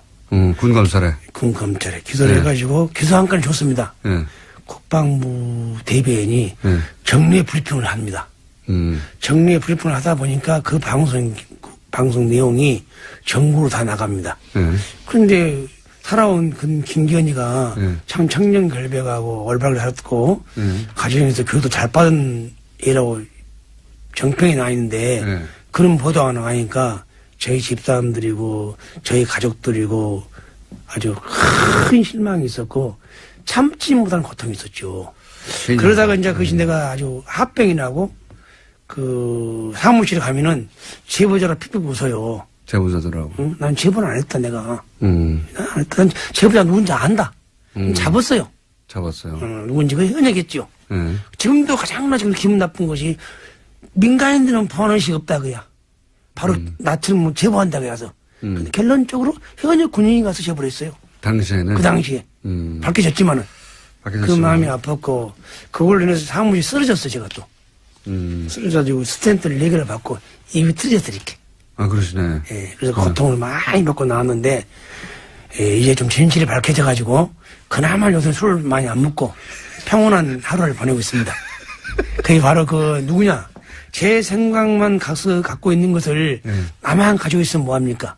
그래도 KBS의 언론 노조단이 나를 어프로치 해가지고 설득해서 내용을 만들어서 최초로 보도해가지고 국민들 알아서 이렇게 되니까 오늘 또 이렇게 똑똑한 김호진 또 훌륭한 사람을 만날 수 있는 계기가 됐고 또 국민들이 많이 또 알리게 된 것도 아마 KBS 언론 노조단이 덕분에 생각합니다. 방송을 진행하셔도 될 것 같은데 KBS 이게 사실 KBS 뉴스에 나갈 내용이거든요. 근데 KBS가 뉴스를 안 내보니까 KBS가 망가져가지고 지금 KBS 기자들이 파업을 하면서 다른 방송국에 가가지고 지금 이 내용을 보도하고 있거든요. 네. MBC 부러우시겠어요, 기자님? 많이 부럽습니다. 예. 네, 거기는 끝나가는 것 같은데. 예, 이제 사실상 뭐 승리했죠. 파업 승리를 했습니다, MBC. 예. 예. KBS는 어떻게 돼가고 있습니까?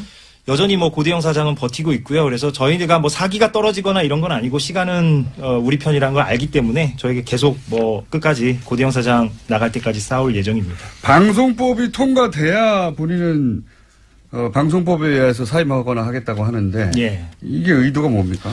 한마디로 꼼수라고 저희는 판단하고 있습니다. 왜냐하면 방송법이 통과되고 그게 시행되려면 사실상 뭐 6, 7개월 더 걸리거든요. 고대영 사장 임기가 내년 말까지입니다. 사실상 임기를 채우겠다는 얘기입니다. 거의 다 채우겠다. 예.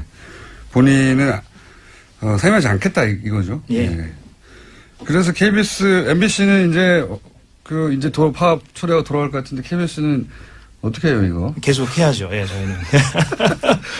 예전에 MBC 2012년에 총파업할 때만큼 길게 갈 것 같은데요. 최대한 하여튼 줄여보도록 하겠습니다. 예. 덕분에 TBS는 장사를 잘하고 있습니다. KBS 9시 뉴스에 계속 나갈 내용이 거기를 못 나가니까 여기 나와서 김기현 전 부이사관과 함께 듣기 힘든 이야기 듣고 있는데 오늘 준비한 시간 이렇게 재밌을 줄 모르고 좀 짧습니다. 한 번 더 오시죠. 아니 2번 더 오시죠. 네, 여기 있습니다. 불러주면. 왜냐하면 저희가 아직 할 게 많거든요. 예. 의문사 문제도 있고, 양심선언을 하겠다고 했다가, 교통사고를 갑자기 당하신 부하 얘기도 있지 않습니까? 네네. 그거를 이제 그때 무슨 일이 있었는지 자세히 아시는 분이니까 그 전후 과정을. 네, 알죠. 그쵸. 예. 그 얘기 저희가 다음 시간에 한번 여쭤볼게요. 예. 오늘은 하실 시간이 없으니까 시작하시면 안 됩니다. 아, 그럽니까? 시작하시려고 그러는데. 자, 그 얘기도 있고 저희가 할 얘기가 많아서 두 분을, 아마 다음 주, 다음 주에 다시 모실 것 같습니다. 그때까지 요 사안 좀 정리해 주시고, 취재도 좀 더 해 주십시오. 네. 오늘 굉장히 재밌었습니다. 사이버사령부 530 심리전단 소속의 김기현 전 부이사관님, 그리고 KBS 이재석 기자였습니다. 감사합니다. 고맙습니다. 네, 감사합니다.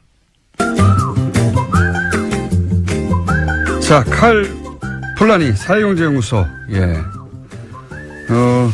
저희가 방송을 시작한 첫 주부터 계속 고정 게스트로 나오셨고, 그동안 제가 오랫동안, 이거 아무도 모르는 연구소라고 약 올려왔는데, 제가 한 3주 전쯤에 알게 됐어요. 여기 세계적인 경제학자들이 와서 포럼도 한다는 것을. 무시하지 않기로 했습니다. 지금 그게 중요한 게 아니라 책이 팔려야 됩니다. 책은 제가 알 바니까. 자, 칼 폴라니 사회경제연구소. 세계적인 학자들이 왔다가 포럼도 하고 가는 정태현 소장님 나오셨습니다. 자, 오늘은 뭡니까? 오늘은 광군제 얘기입니다. 중국 블랙 프라이데이. 그렇죠. 프라이데이라고 하는 게 미국 추수감사절 다음 날 금요일 날 이제 대규모 세일 행사를 하는 게 사실 뭐 이제 떨이같이 이렇게 하는 건데. 그렇죠. 엄청나게 싸게 하죠. 그다음에 사이버 먼데이라고 해서 그 다음에 이제 또 사이버에서 파는 걸 한 번 더 했는데 이제 그 비슷한 거라고 볼 수가 있는데. 중국에서 이제 그거 비슷한 광군제라는 걸 했는데 이게 크게 화제예요. 11월 11일 날 하는데 이게 광군이라고 하는 게 한자 어려운데 이게 독신남 뭐 이런 뜻이라고 합니다. 근데 우리는 11월 11일 날 빼빼로데이 하잖아요. 그렇죠. 네? 근데 이제 또 거의 비슷한 그 발상인데. 사이즈가 달라요. 예, 사이즈가. 독신은 혼자 있는 거다. 근데 얘들이 이제 대학생들이 모여서 축제 같은 걸 한 모양이에요. 근데 이제 알리바바가 붙었어요. 2009년에 이 독신자들을 위한 전자제품 판매전을 일단 했고. 근데 이제 그게 점점 커져가지고 이제 세계적인 화제가 됐죠. 그러니까 이제 세계적인 트렌드 중에 하나가 이제 독신 남녀가 늘어나고 결혼 안 하고 추세가. 그래서, 우리도 혼밥이라는 유행어가 나왔는데. 그럼 가구 단위가 이렇게 미니가 되다 보니까 거기 맞는 제품들이 새로 나왔죠. 그래서 이제 이게 시작된 건 지금은 어마어마하게 커져가지고 매출이 얼마가 나왔다고요? 매출이 2개 큰 회사만 해도 알리바바하고 인터넷 쇼핑몰 징등닷컴만 해도 한 50조 원. 하루에 24시간에. 중국은 사이즈가 달라요. 50조 이게 말이 됩니까? 50조가 이게 50조. 야, 알리바바가 가장 큰 사이트라고 있는데 거기는 매출이 얼마나? 28조 원. 28조 원 정도면 우리나라 한 1년 매출의 반 정도, 상거래 매출의 반 정도. 야, 너무 대단하네요, 정말. 미국이 중국을 두려워할 만합니다. 그렇죠.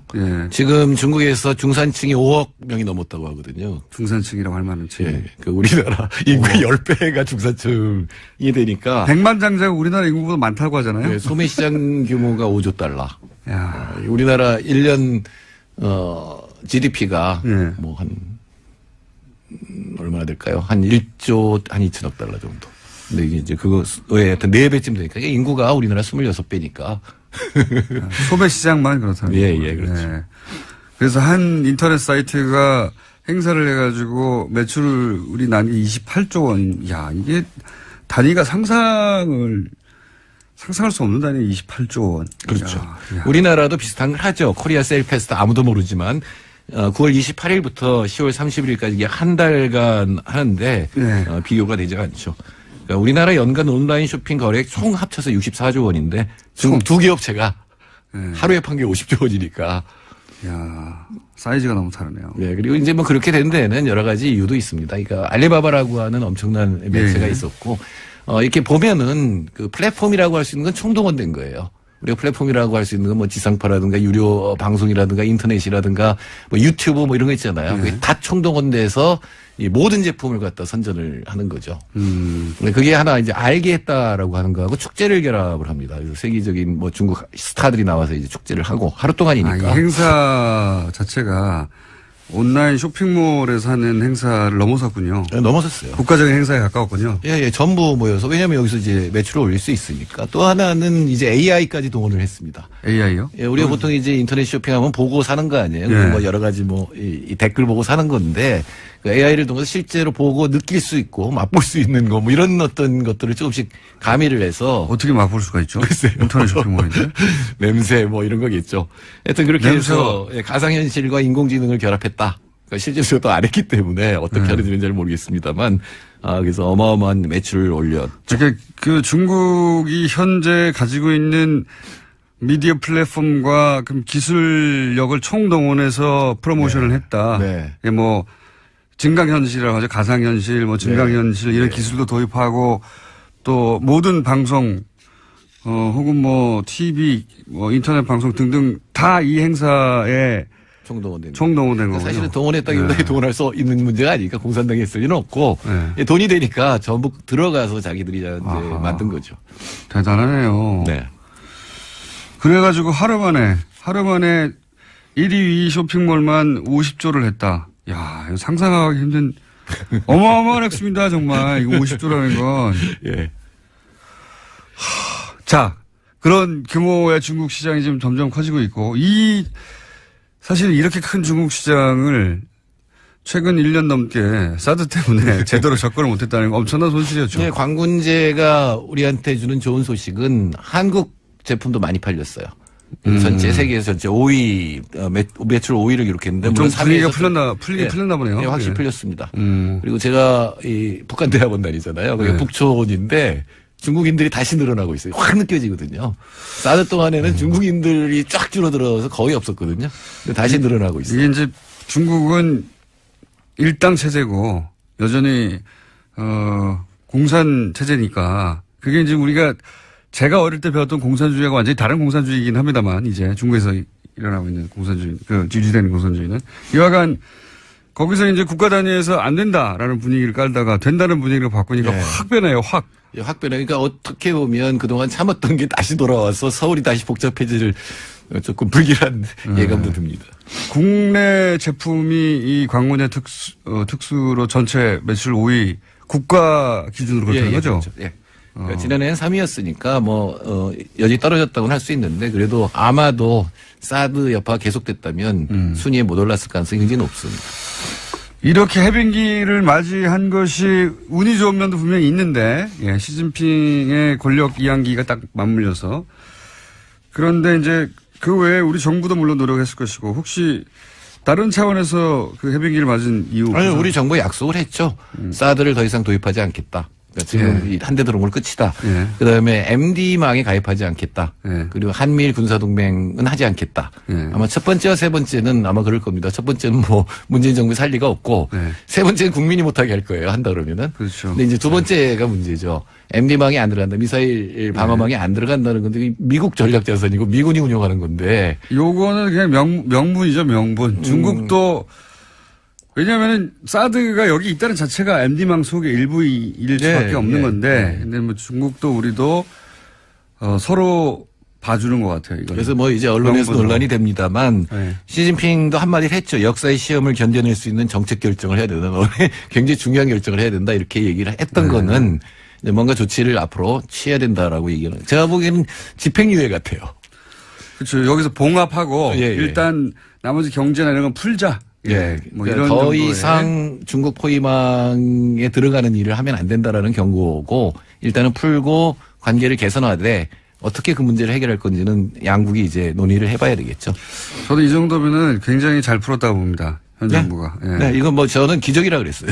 그러니까 이게 왜냐하면 사드가 이미 배치된 상황에서 중국도 이때까지 이렇게 강하게 압박해 왔는데 무슨 명분이 있어야 될 거 아닙니까? 중국도 이제 자국민들에게 자 이제 괜찮으니까 면이 서야 되는데 면이 세울 만한 뭐가 있겠나 싶었는데 이제 요 상태 그대로 유지하면서 이런 세 가지 정책을 천명하는 것만으로 풀었다면 또 한 측면은 예. 한국이 중국과 미국 사이의 피벗 역할을 지금 하고 있거든요. 네. 어느 쪽에서도 한쪽으로 완전히 밀어내면 곤란해요.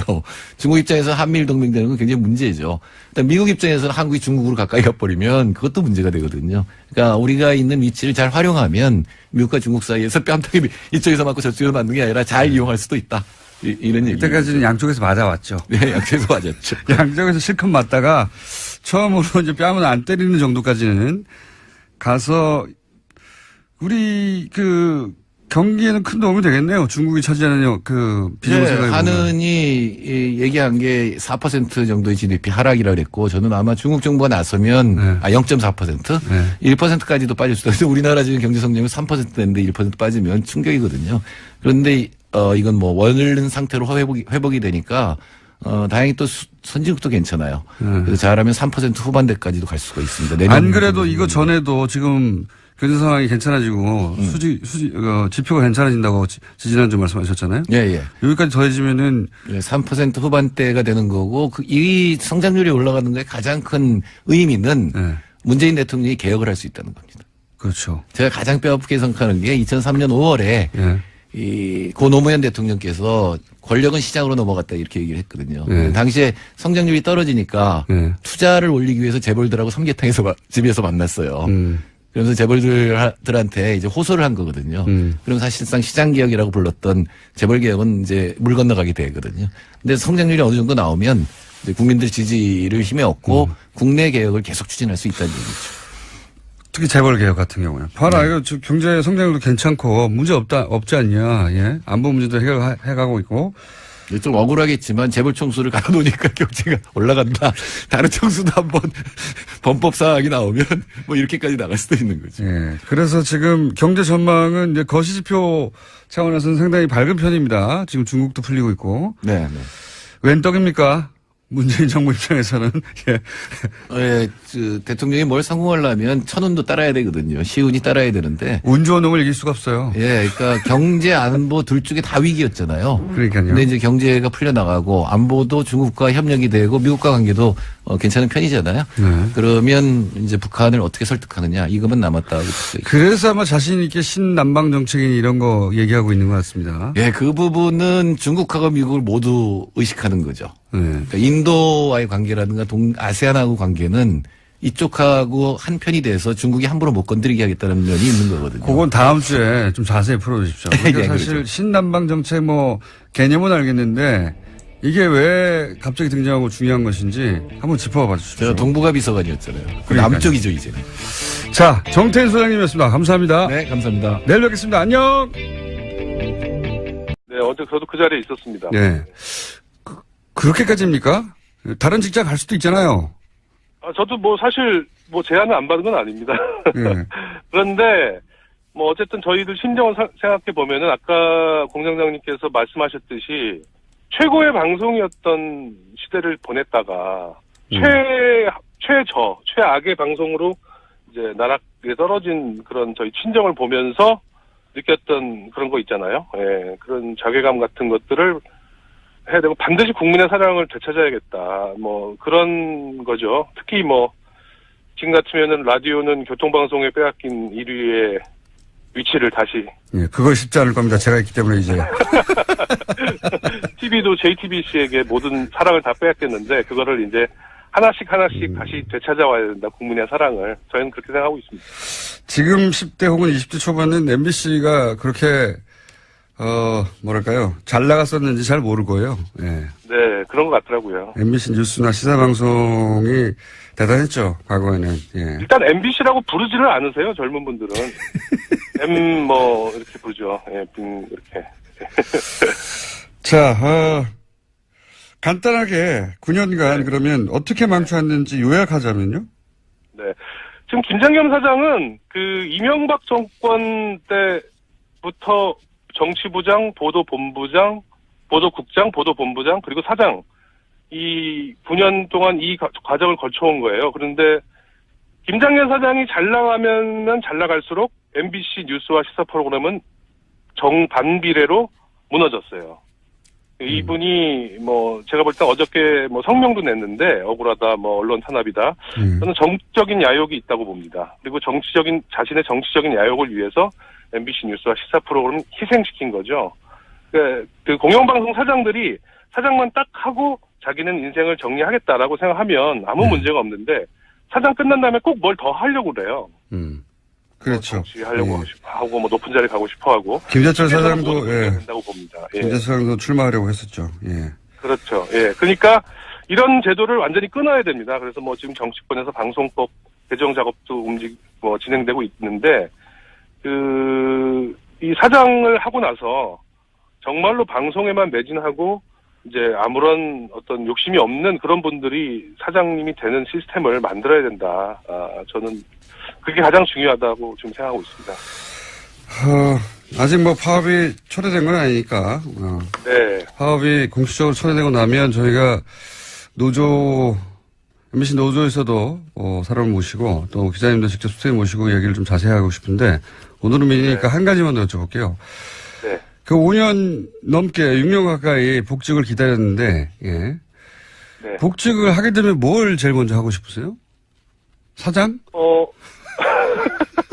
아니, 제가 아까 말씀드렸듯이, 예. 국민들의 사랑을 되찾아오고, JTBC하고 교통방송하고 경쟁할 수 있는, 선의의 경쟁을 할 수 있는, 빨리 그런 뉴스와 시사 프로그램을 만들기 위해서 제가 밑바닥부터 다시 일을 하고 싶습니다. 네. 더 이상은 욕심이 없습니다, 저도. 그걸 정말 하고 싶으셨나 봐요. 그러니까 6년간이나 기다렸죠. 그럼요. 모든 우리 MBC 언론인들은 똑같아요. 네. 국민들의 품으로 다시 이게 자꾸 이런 말을 하면은, 저 양반들 이렇게 맨날 무슨, 그렇게 얘기를 하는데, 정말로 마음이 그렇게 생각하고 있다고 저는 강조하고 싶습니다. 그렇게 간절합니까? 네. 왜냐면은 뺏겼기 때문에, 저희가 뺏겼기 때문에 되찾으려고 하는 거죠, 사랑을. 네. 본인들이 하다가 망가졌으면 우리 실력이 다 하겠는데, 그게 아니라 강제로 쫓겨나고 그 사이에, 본인들이 만들었던 어떤 성과가 다 무너진 거를 보고 나서 다시 되돌리고 싶다는. 그렇죠. 사실 저희 책임도 있죠. 저희가 제대로 싸우지 못하고 제대로 저항하지 못한 책임도 있는데, 또 너무나 저희가 나름대로 잘했던 방송이었기 때문에 저 양반들 저희를 이렇게 죽이려고 장악하려고 했던 거 아니겠습니까? 그렇죠. 국정원 문건 같은 데서 다 드러났기 때문에 국민들이 많이 이해를 해주시고 계시다고 저는 생각하고요. 이제는 정말로 다시 돌아가는 그런 방송이 돼야 된다. 옛날로. 그래서 그런 고민들이 이제 지금부터 시작될 것 같아요. 저희 언론인들은, MBC 언론인들은. 예. 알겠습니다. 다음에 다 스튜디오 직접 모시고요. 예. 한 가지만 말씀드리면 아침 시사는 안 된다는 거, MBC.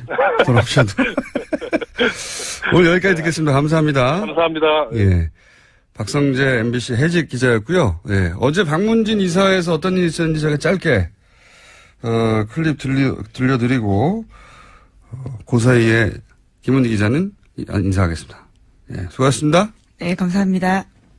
경영진이 바뀐다면 권력에 대한 견제라고 하는 것은 심각하게 유린될 수밖에 없고 또 붕괴되는 것입니다. 정권 비판을 어떻게 하느냐? 정권 비판을 그래서 잘했습니까, MBC가 그동안에? 그 전에 그 편파적인 보도에 대해서는 일체 얘기하지 않고 과거 여러분이 선임한 보도본부장 중에 심지어 여기 와가지고 정권을 비판하는 것이 언론의 사명이 아니다! 라고 생각하는 본부장도 있었습니다. 그런 상황도 그냥 방치한 사람이 지금 와가지고 정권이 바뀌니까 사장을 바뀌는 게 말이 안 된다? 김어준의 뉴스. 바른정당 하태경 최고위원, 여전히 최고위원입니다. 오늘은 새로운 지도 한 번만 하고 끝내야 되겠습니다. 이 얘기는. 법적 하자는 없는데, 실제로 있는 것처럼 했던 것은 없는 것으로. 두 번째, 요게 이제 쟁점이었는데, 이 사안이 어떤 사안이 이 세법이 복잡해가지고 모르시는 분들에서 정리를 하자면, 홍 후보 장모가 재산을 증여하는데 딸과 외손녀에게 각각 25%씩 준 거예요. 50%는 다른 자녀에게 주고. 그러니까 외손녀에게, 홍 후보 딸이죠. 홍 후보 딸에게 25%를 증여한 부분, 이 증여한 부분을 어떻게 처리했느냐, 이게 쟁점이거든요, 결국은, 최종적으로는. 근데 미성년자였단 말이죠. 그러니까 부모, 홍 후보죠. 부모가 증여세를 대신 내주고 그 증여세를 또 내는 방법, 이걸 써야 하는데, 야당 주장에 의하면. 그런데 홍 후보는 홍 후보의 아내가 딸에게 차용증을 쓰고 빌려줍니다. 돈을. 그러니까 아버지가 돈을 대신, 혹은 엄마가 대신 내주고, 그 다음에 그 부분에 대해서 증여세를 또 내지 않고 차용증을 쓰고 빌려준다 이거죠. 그리고 나서 딸이 물려받은 부동산에서 나오는 수입으로 엄마한테 갚아라, 이렇게 차용증을 쓴 거예요. 근데 이게 불법은 아니지만 왜 논란이 되느냐. 그 이유가 뭐냐면 이렇게 하면 세금을 덜 낸다 이거죠. 그리고 이 차용증이 진짜겠느냐. 결국은 이런 식으로 눈속임하고 부자 대물림 비판했는데 세금을 덜 내려고 잔머리를 굴렸다 이거거든요. 예. 그러니까 차용증이 요식행위라 이거죠. 세금을 덜 내려고 꼼수를 부렸다. 실제 그런 경우가 있기 때문에 그런 의심을 산 거죠. 그러면 사실은 딱 언론들이 두 가지만 따지면 답이 나와요. 이걸 안 했기 때문에 이 논란이 계속 지속된 겁니다. 혹은 했는데 이게 이제 여당 편을 든다고 그럴까봐 했는데도 보도를 안 했거나, 이게 요식행위가 아닌 건 밝혀졌어요. 첫 번째. 요식행위인지 따져보면 되잖아요. 요식행위가 아닌 것이 기본적으로 모든 세금과 원천징수를 다 했어요. 예. 그리고 이율에 따라서 돈도 갚고 있었고. 그리고 두 번째가 핵심이에요. 그러면 이렇게 하면 세금을 덜 내느냐? 세금을 덜 내려고 꼼수를 부렸다는 거 아닙니까? 근데 이렇게 하면 세금을 덜 내느냐? 아니라는 겁니다. 따져보니까. 이자 소득세하고 종합소득세까지 따져보니까 절세 효과가 없어요. 그러면 절세하려고 이렇게 한 게 아니기 때문에 공격할 거리가 없어지는 거예요. 도덕적으로도 법적으로도 하자가 없는 겁니다. 그러니까 절세 효과가 없다고만 해버리면 끝나는 문제를 그걸 안 해줘서 계속 논란이 이어지는 거예요. 자, 이건 여기까지 하고요. 제가 세무사하고 자세히 따져봤더니 없어요. 절세 효과가 사실상. 이자소득세, 종합소득세 다 따져보니까. 자, 이 사안은 어쨌든 정쟁으로 가게 생겼습니다. 예. 다음은요? 네, 해외 소식도 좀 전해드리고 있는데요. 이번에는 사우디 그리고 이란과 관련된 소식도 말씀드리겠습니다. 국제네요? 네, 사우디와 이란의 대리전 부대가 된 레바논에서 전운이 감돌고 있다라는 건데요. 사우디도 지난 9일 레바논에 체류 중인 자국민들한테 헤즈볼라의 공격 표적이 될 수 있다면서 긴급 출국 명령을 내렸다라고 합니다. 요새 중동 관련 뉴스가 많이 나오는데 이게 도대체 무슨 일이 벌어지는지 어려워요. 도대체 무슨 레바논 소식도 있고 예멘 소식도 있고 사우디에서 그렇죠. 왕자들을 숙청했다느니 많잖아요. 갑자기 총리가 사임을 하고. 예, 레바논 총리가 사임을 했다느니 이게 어떻게 된 일이냐. 사실은 뒤에 배후에 트럼프가 있습니다. 배후에 트럼프가 있습니다.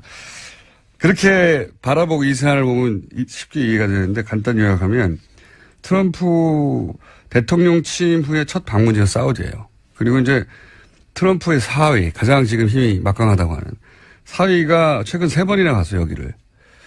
트럼프가 가자마자 카타르 단교 생각나십니까? 예, 사우디랑 이집트랑 다 모여가지고 카타르하고 물자 교류도 안 하고 단교한다는 거. 그게 트럼프 사우디 방문 직후예요. 이런 일이 왜 일어나냐? 그리고 레바논 일도 그렇고, 사우디에서는 부자, 그러니까 아들, 딸 세습을 안 하고 왕자 세습이었거든요. 아들, 딸 세습을 하고 싶은 왕가가 있었고, 트럼프는 이란을 코너로 몰아서, 제재하고 싶은 욕망이 있는 두 욕망이 만났어요. 그래서 기본적으로 트럼프는 사우디 왕가의 그 세습 욕망을 인정해주고, 그리고, 강력하게 후원합니다. 그러면서 이제, 왜냐면 사우디는, 순위거든요, 순위. 이란은 시아고, 이렇게 양쪽으로 갈라져 있잖아요. 큰 세력이. 갈라져 있는데, 사우디를 통해서 이란을 견제하려고 하는 거죠. 이란 뒤에는 또, 이란은 러시아하고 붙었거든요. 사우디는 미국하고 붙고. 그러면서 앞에서는 순위 시아, 그 바로 뒤에, 그 양 종주국인 사우디, 이란. 그 뒤에는 미국과 러시아. 이렇게 붙어 있는 거예요. 대리전이에요, 결국은.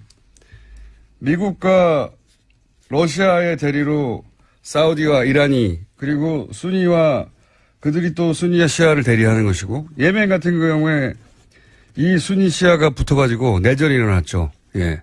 레바논도 마찬가지고요. 구도는 이렇습니다. 예. 이건 한번 따로 길게 다뤄야 하겠는데, 결국은 미국과 러시아가 IS 이후에 중동에서 힘의 공백이 생기는데, 누가 먹느냐? 길이 많잖아요, 여기서. 누가 먹느냐? 그 대인으로 각각 이란과, 사우디, 그쪽의 관점에서 보자면, 사우디를 편먹고 나눠져 있다. 그래서 국가들 확 나눠져 있어요, 지금. 중동의 국가들이. 이란과 사우디는 각각 또 종파의 종주국으로서 이제 대결하는 것이고, 그 대리전들이 뭐 예멘이니, 레바논이니, 이런 데서 일어나는 거고요. 트럼프가 이란 핵 협정 파기한 것도 이런 배경이에요. 예. 이란은 사실 핵 협정을 다 지켰거든요. 네. 다 지켰는데도 이란을 나쁜 놈으로 만들어서 이제 경제 제재에서 중동에서 영향력을 약화시키려는 거죠. 예. 저는 최근에 그 미국 외교지의 소식들은 북핵이 아니라 이 뉴스로 도배됐어요, 다. 트럼프로 인해서 중동에서 다시 한번 큰 전쟁이 일어날 수 있다. 이런 뉴스로. 여기까지 하고요. 이거 웃기는 건 근데, 이란은 대통령 선거로 선출했습니다, 그나마. 사우디는 왕정국가예요, 완전히. 예. 빈라덴, 알케이다, IS 다 순위파입니다. 그러니까 미국 입장에서는 사실은 이란 편을 들어야 되는 게 맞는 것 같은데, 전혀 아니죠. 예. 여긴 여기까지 하고, 이건 저희가 국제뉴스에 따로 한번 다뤄보겠습니다. MBC. 네, MBC 관련해서요. 네. 예, MBC 관련해서 아까 시작할 때 공장장이 이야기를 좀 했었는데요. 어제 MBC 박문진 이사회 열렸습니다. 거기서 김장경 MBC 사장에 대한 해임안이 의결됐습니다. 자, 저희가 해직 기자 한 분 연결할 텐데, MBC가 많이 망가졌죠. 제가 2007년에 SBS에서 2007년까지, 예.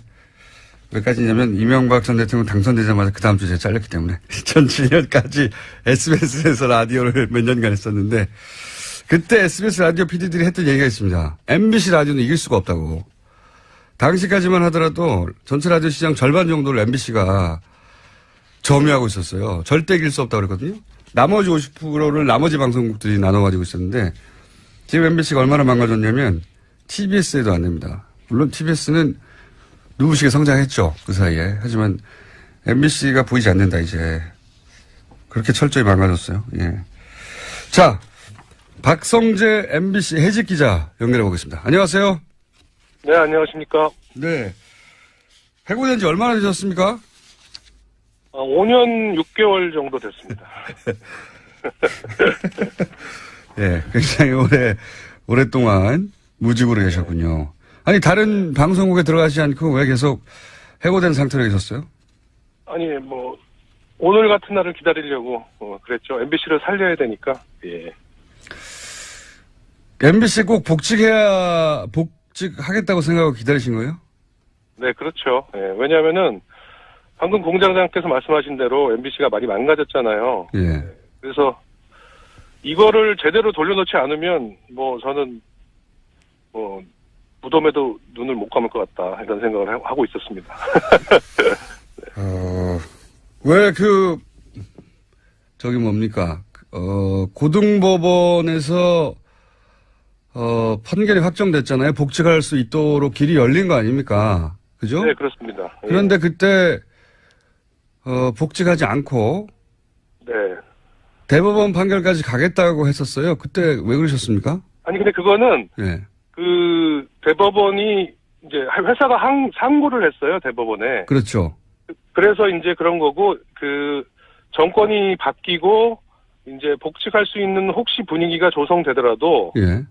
대법원 판결을 기다려서 정확하게 판례를 남기겠다. 말하자면 공정방송을 위해서 싸우는 행위가 불법이 아니고 아주 정당한 행위라는 그 판례를 남겨야 한다는 그런 소신들 때문에 저희 해직 언론인들이 대법원 판결을 기다리겠다라고 얘기한 겁니다. 그렇군요. 김장겸 체제 하에서는 복직하지 않겠다 뭐 이런 의미도 있는 겁니까? 그렇죠. 예. 왜냐하면 또 복직해봤자 김장겸 체제 밑에서는 저희가 인사권이 없기 때문에 아무것도 할 수 없지 않습니까? 또 뭐 물론 밖에서 싸우고 있지만 들어가서도 싸워야 되는 상황이기 때문에 오히려 밖에서 싸우는 게 더 유리하지 않을까 저는 그렇게 봤습니다. 그래서 대법원 판결을 굳이 받겠다고 하셨는데 그런데 이제 지금 새로운 사장이 만약에 취임해서 복직하라 이렇게 인사명령을 내리면요? 그게 좀 고민이에요, 저희도. 그래서 대법원 판결까지 기다려야 한다고 했는데. 아니 근데 대법관님들이 네. 이 친구들 어차피 복직할 거니까 뭐 판결 안 해도 되지 않나? 뭐 이렇게 생각하실 수 있을 것 같아서. 예.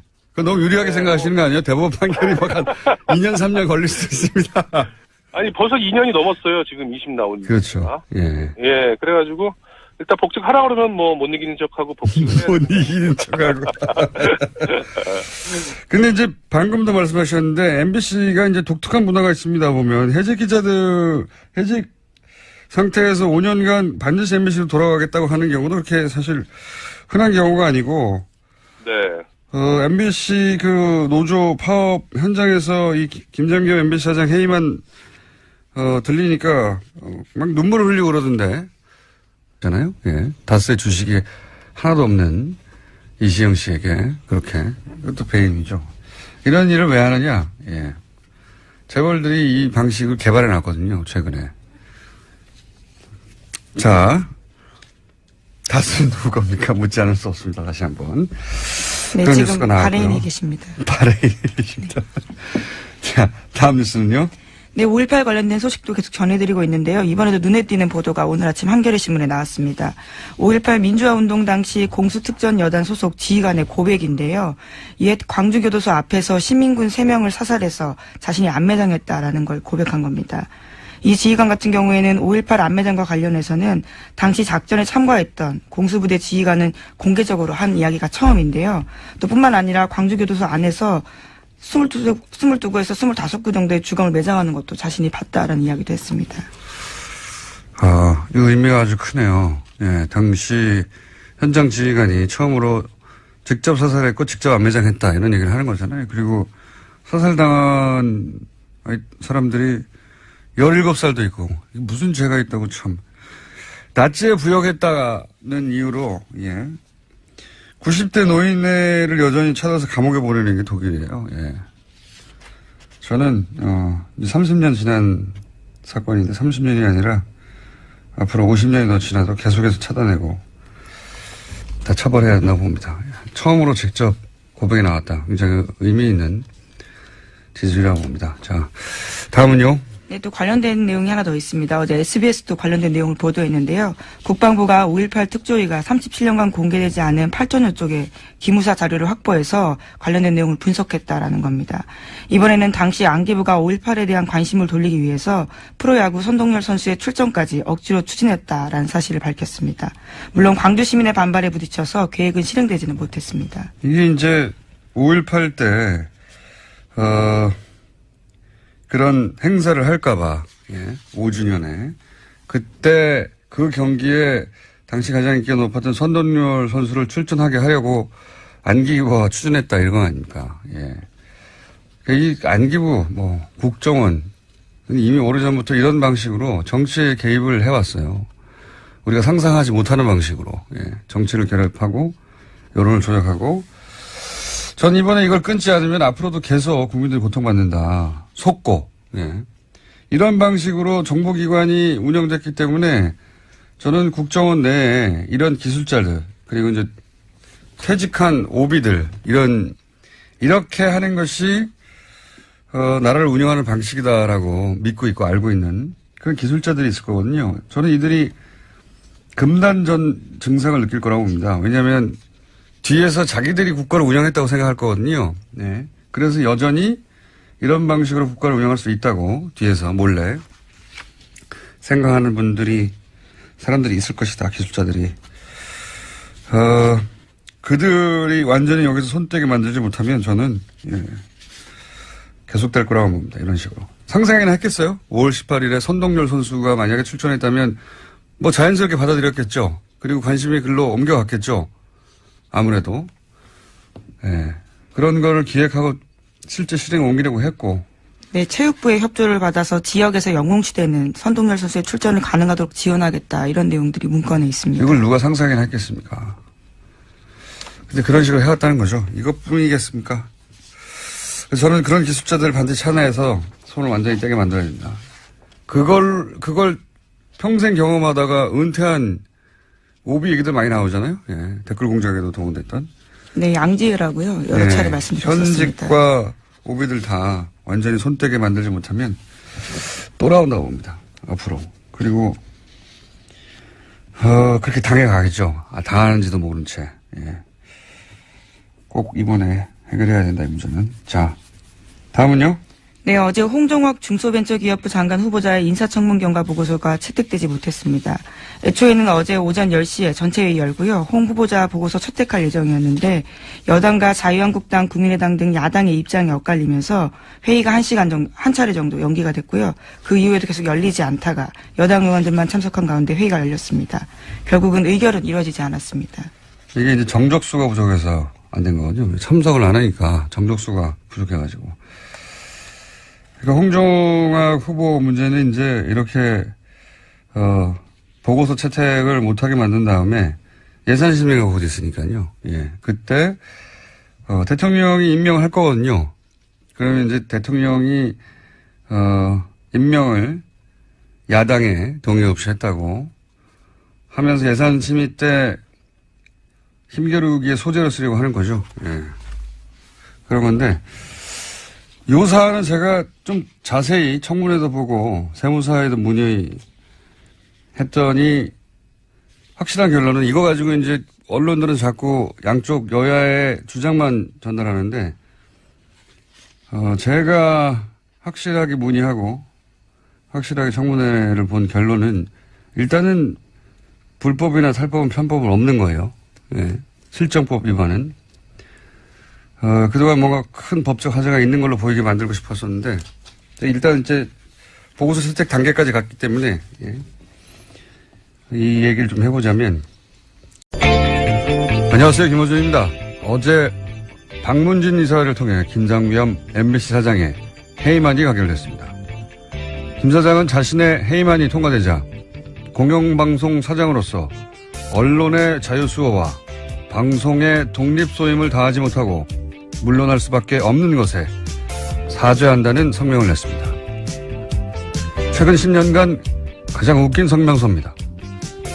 친박 핵심과 정기 모임을 가졌다는 김장겸 사장의 MBC는 탄핵 정국에서 태극기 집회에 참석 인원이 촛불 집회보다 많다고 보도하며 태극기 집회의 영상에서 사람이 없는 빈 공간은 잘라내라고 보도 지침을 내리고 최근까지도 메인 뉴스에 박근혜 허리가 아프다고 걱정하는 보도를 내보내는 방송이었습니다. 그렇게 박근혜 정권에 사람이 할 수 있는 최대치로 부역했던 회사 구성원 90% 그러니까 2,000명이 넘는 동료들로부터 MBC를 망친 주역으로 지목당한 당사자가 공영방송 독립을 지키지 못했다고 한탄하는 정신세계는 시사가 아니라 의학의 영역에서 다뤄야 하는 거 아니겠는가. 김호준 생각이었습니다.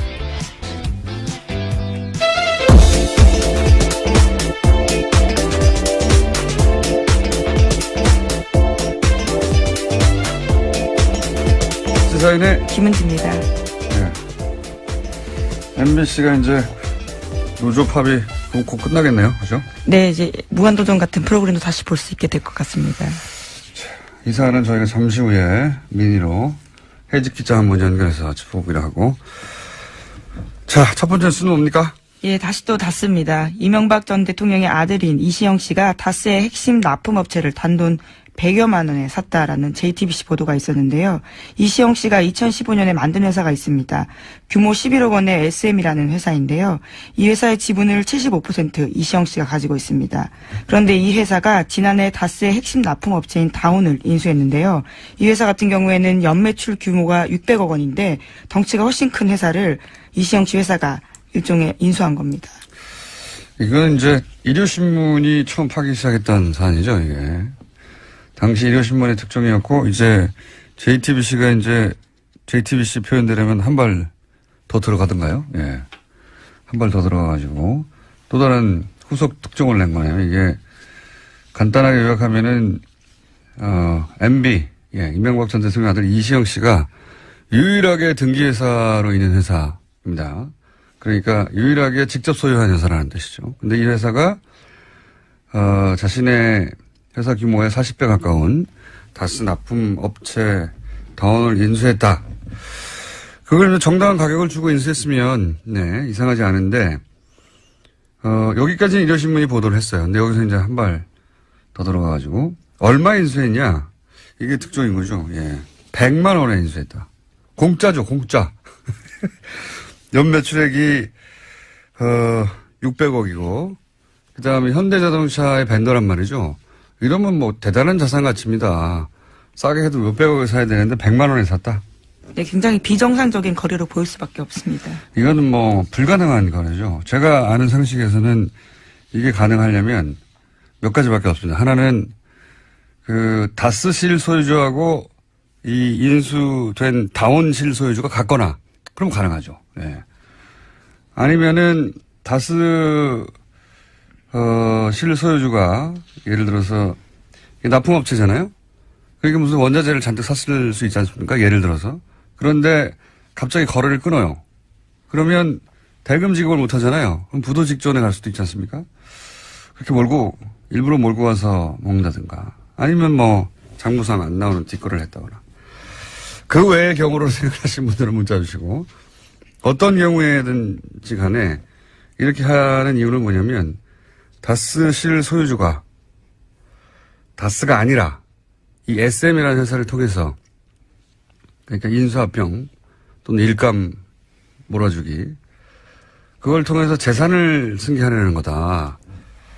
이 방식이 이제 최근 진화된 재벌들의 우회 승계 방식이에요. 똑같아요. 예. 일감 몰아주기 계열사 인수합병 통해서 회사를 승계하는 거죠. 예. 이런 우회 승계. 다스가 그런 방식의 승계를 하고 있다. 그중에 딱 걸린 거다. 라고 네. 초강력 추정하는 바입니다. 저는. JTBC가 반론받기 위해서 여러 차례 연락했다고 하는데요. 현재 SM 대표는 김진 전 다스 부사장입니다. 그런데 여러 차례 연락했지만 답을 하지 않았다라고 합니다. 네. 만약에 다스가 그런 방식의 우회 승계를 하는 거라면 저는 그렇게 강력히 추정하고 있는데 누가 하는 거냐? 다스 실소유주가 하는 거죠. 당연히. 누구에게? 이명박 전 대통령의 아들에게. 여기서 다시 한번 묻지 않을 수가 없는 겁니다. 다스는 누구 겁니까?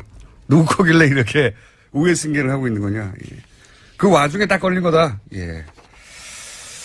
저는 그렇게 강력히 추정합니다. 네.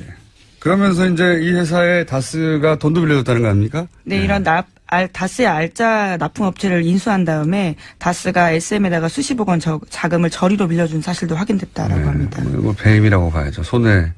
왜냐하면 다스가 빌려온 돈보다 더 싸게 빌려줬으니까 다스 입장에서는 손해를 입었